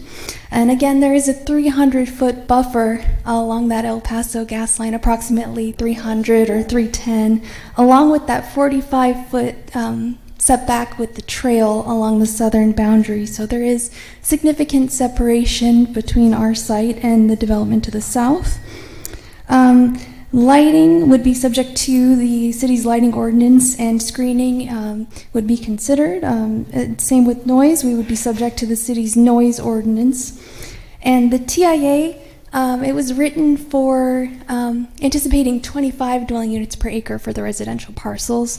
It hadn't been updated to reflect the negotiation down to 20 and 12. So the numbers in the TIA were written for 25 dwelling units per acre, which would be a significant increase from what we're showing today. So it's actually asking for greater improvements in mitigation than we would really need to provide for the density that we're showing.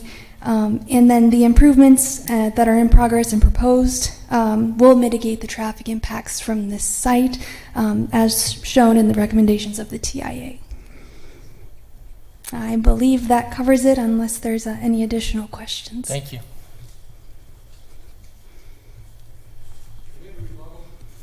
No, thank you. No questions. Okay. I do. Garrett, did you want to say something? I don't have a question for the applicant. If you would like to say it, Yeah. that's fine. Thank you very much. I'm sorry, thank you. My biggest concern is just the look of the commercial. I would like to see this commission put a condition that would require anything in that commercial area a big box retailer to have a certain color palette, whether that's earth tones or whatever it may be, just to help create some look that is consistent with some of the other development in the area. But if this commission doesn't have the appetite for that, I can understand.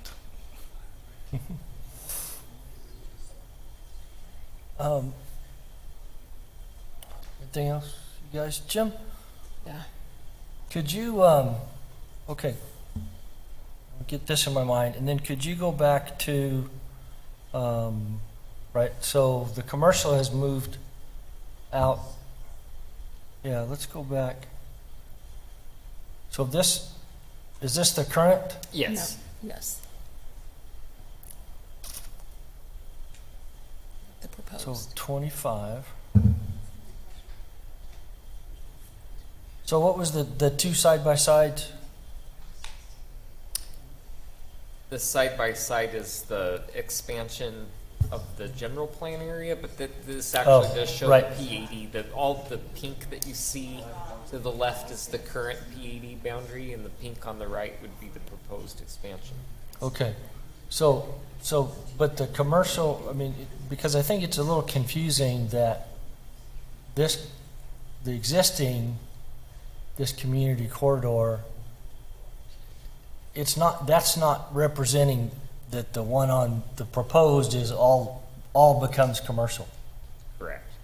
So flip back to the proposed layout, but there you go. So the yellow and the pink are what was in pink on the other side. Yes. Mm-hmm. And so the pink here is Small. Well, I would like to compare that commercial to what is currently available for commercial. I think we've seen. It's like this. Right, okay. And then this multifamily is 23 acres. And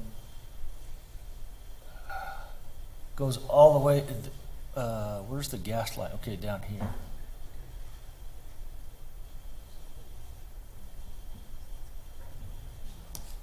And what's happened to Arizona Water Company's campus? That's what's happened. It's now. It's been now replaced C. with commercial area C.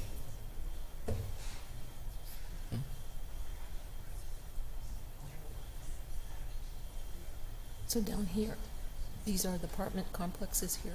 No. They're here. Right. The yellow is the the higher density. The potential. The potential, right?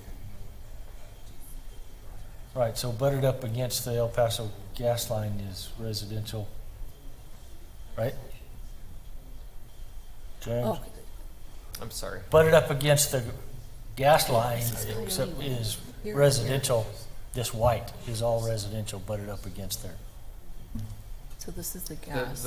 Are you And this asking is the Coyote white Ranch. that you see on this residential?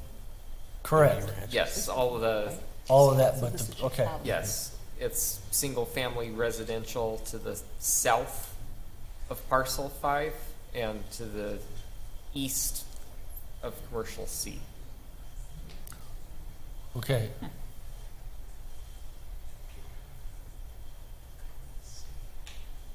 So these two plots right here, what's the height on these?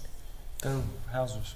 I know, so what they're 25, correct? On the residential that's not in this, yep. Okay, these right thank here. you. The height limitation of 25 feet in single story only applies to the lots that are the furthest south that abut the north boundary of the El Paso gas line. Okay, that's what I was trying to figure out. But everything in those two parcels would have 65 or 75 foot minimum lot widths. And that's not what we're considering at all tonight. No, but I was just trying. That's established. Those areas remain as They're gonna zoned. stay as, okay, I just wanted to make sure. Okay.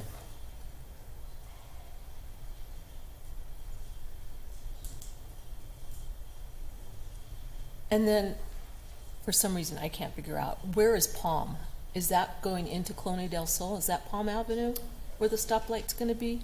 Palm, at least on this plan, is the street that is dividing commercial area C and B. Right here. Yep.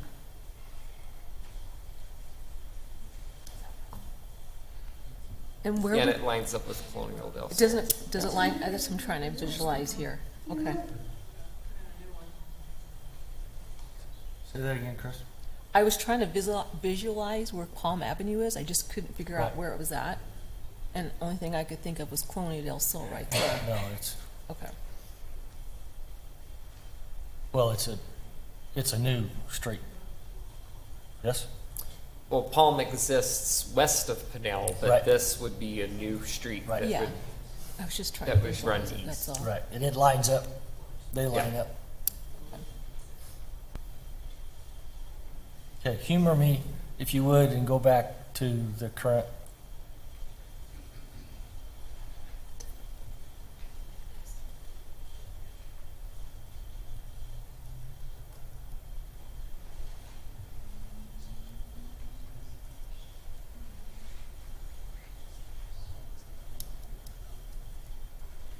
So,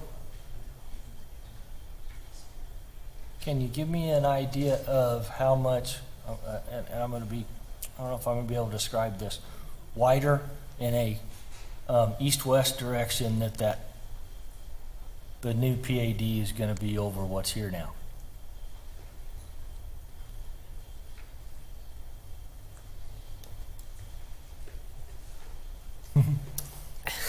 Yeah, okay, that's tough. I'm eyeballing it, so and I don't want to be incorrect, but I'm looking at benchmarks in terms of across the street.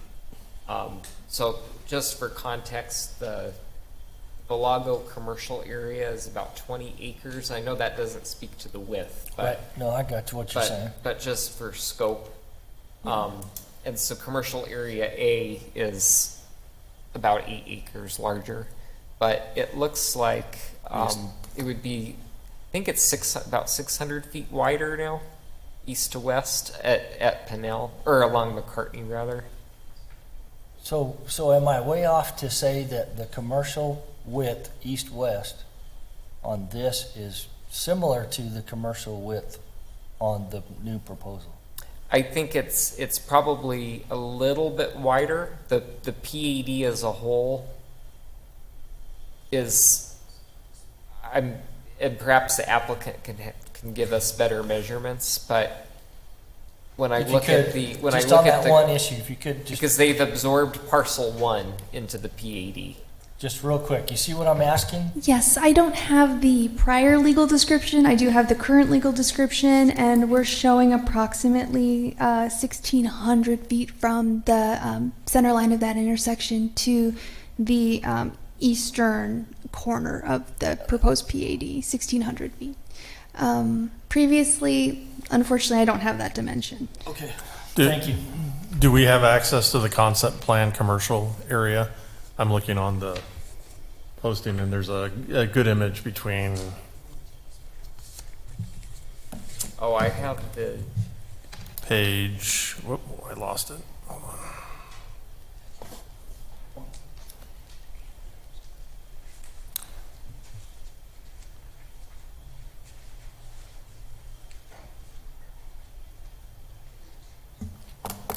If I may, the commercial parcel that's existing, east to west, is roughly the same size as the proposed commercial parcel east to west, Okay. give or take Couple feet. insignificant percentage. What is existing, I believe it's parcel 1, correct. and the existing is absorbed by the multifamily, plus maybe another 50 to 100 feet to the east, just to give you a rough comparison.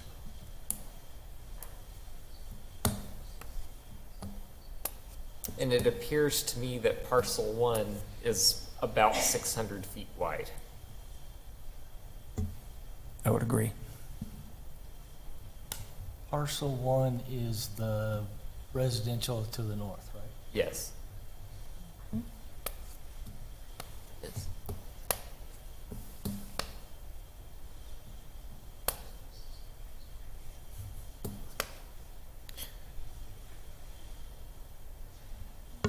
So we've expanded, so is what we're saying, the majority of the commercial that we've expanded is the strip down Down Pinell. Pinal. Mm-hmm. Is that fair? Yes. The commercial area A, I think, of course, that in and of itself has gotten bigger because it's absorbed the existing multifamily, but I think it might have widened just a skosh.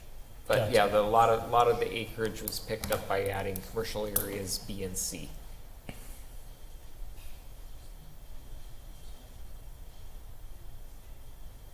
And so we've shifted that density into those other two residential areas. Okay.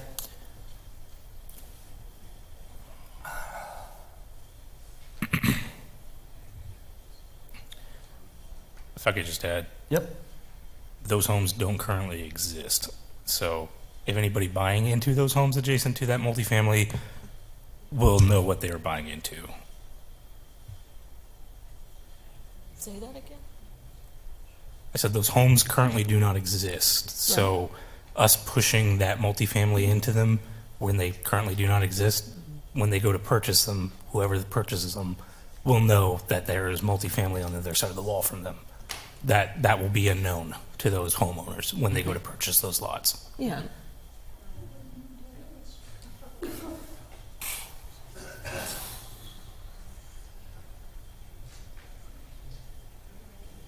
Right, so,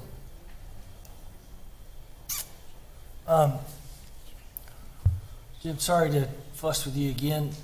Can you, do we have a map that showed the Cody Ranch down below the gas line?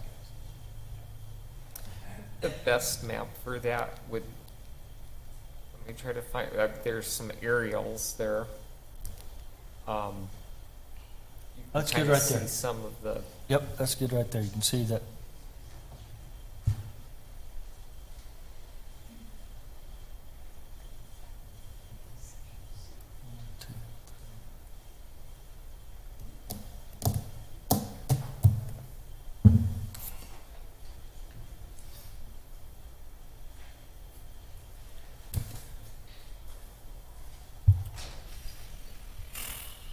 You got anything else?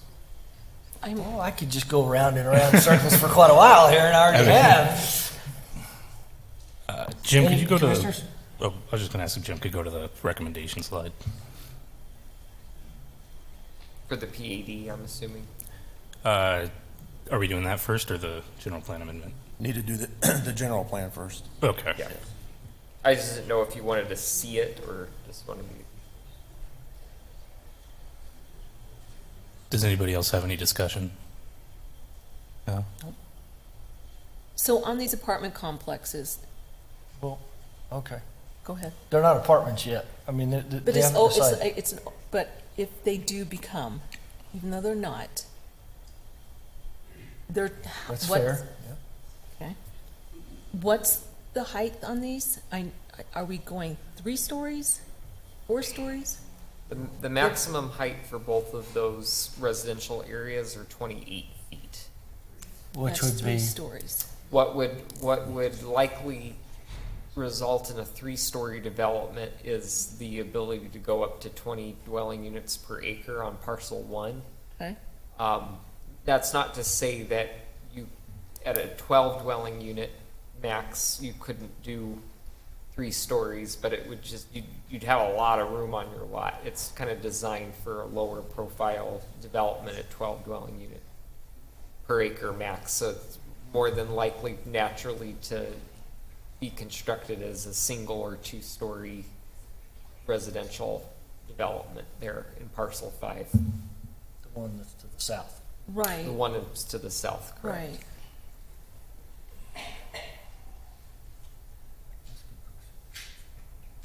So, what? That's good. Oh. That's well said. Thank you. It helped my mind. Go around. And this can't be, once we do this, this can't be changed again. I mean, the height restriction is the height restriction.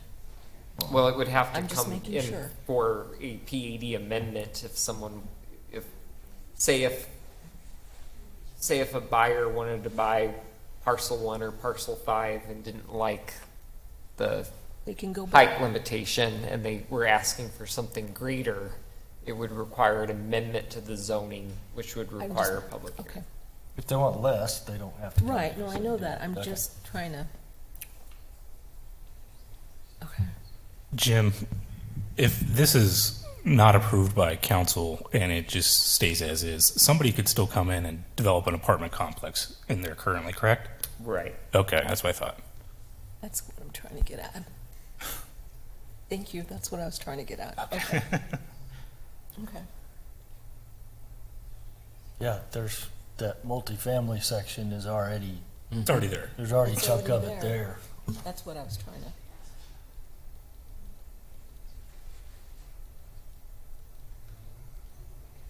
Right.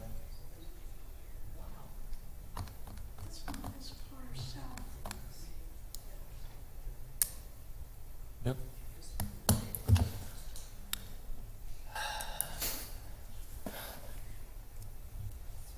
All right, well, if there's any other discussion, doesn't seem like it. Jim, could you go back to the recommendation slide? Sorry to make you keep doing that. For the general plan amendment, yeah, we're putting him through his paces, making his finger work. It's a nickel a click. I'm just Yeah, put it on my bill, buddy. Oh my gosh. All right, Chair, I'd like to make a motion.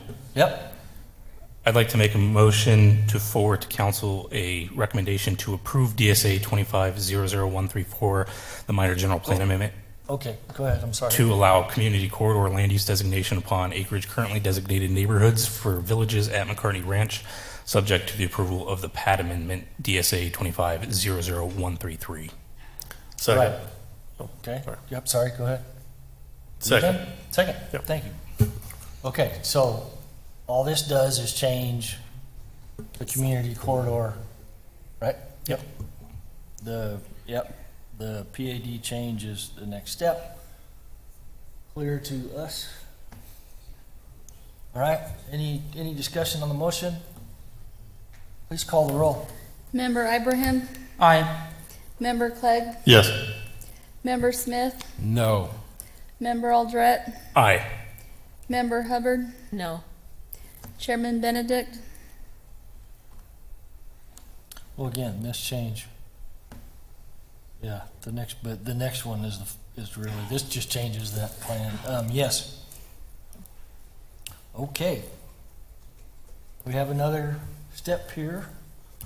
Jim, if you could bring up the slide. Thank you. I'd like to make a motion to forward to the City Council a recommendation to approve DSA 2500133, the PAD amendment / rezoning from R2 for villages at McCartney Ranch PAD, subject to the following revised technical modifications and conditions. Second. Okay, have a motion and a second. Any discussion on the motion? Okay, please call the roll. Member Ibrahim? Aye.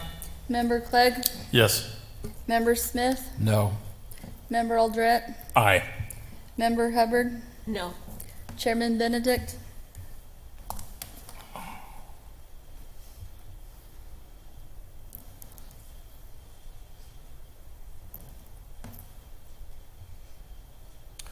We already have higher density, multifamily in place. Yeah, and we're not changing, well, we've added to me the logical strip down there for commercial development down Pinal, rather than having housing butting up against Pinal.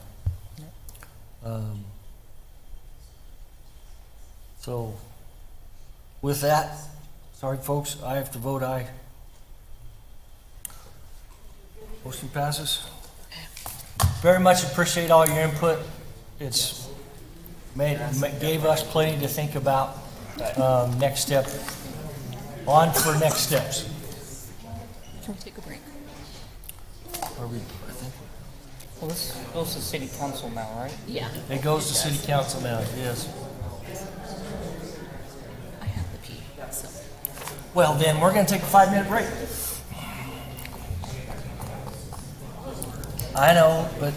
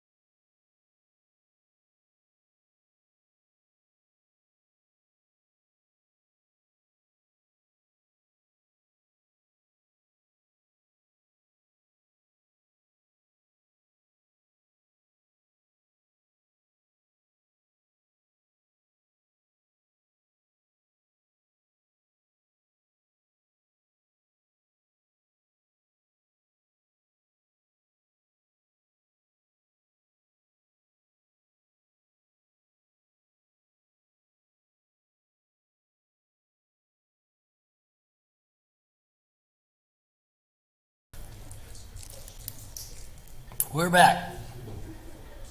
And where are we? Planning Director. I have nothing to report, Mr. Chairman, but if you have any questions for me, I'm happy to answer. You got a whole page here. You got all this good stuff going on. All right, and we have the monthly development reports, which I appreciate very much. And commissioners, anything else for the good of the order? Seeing none, we're adjourned.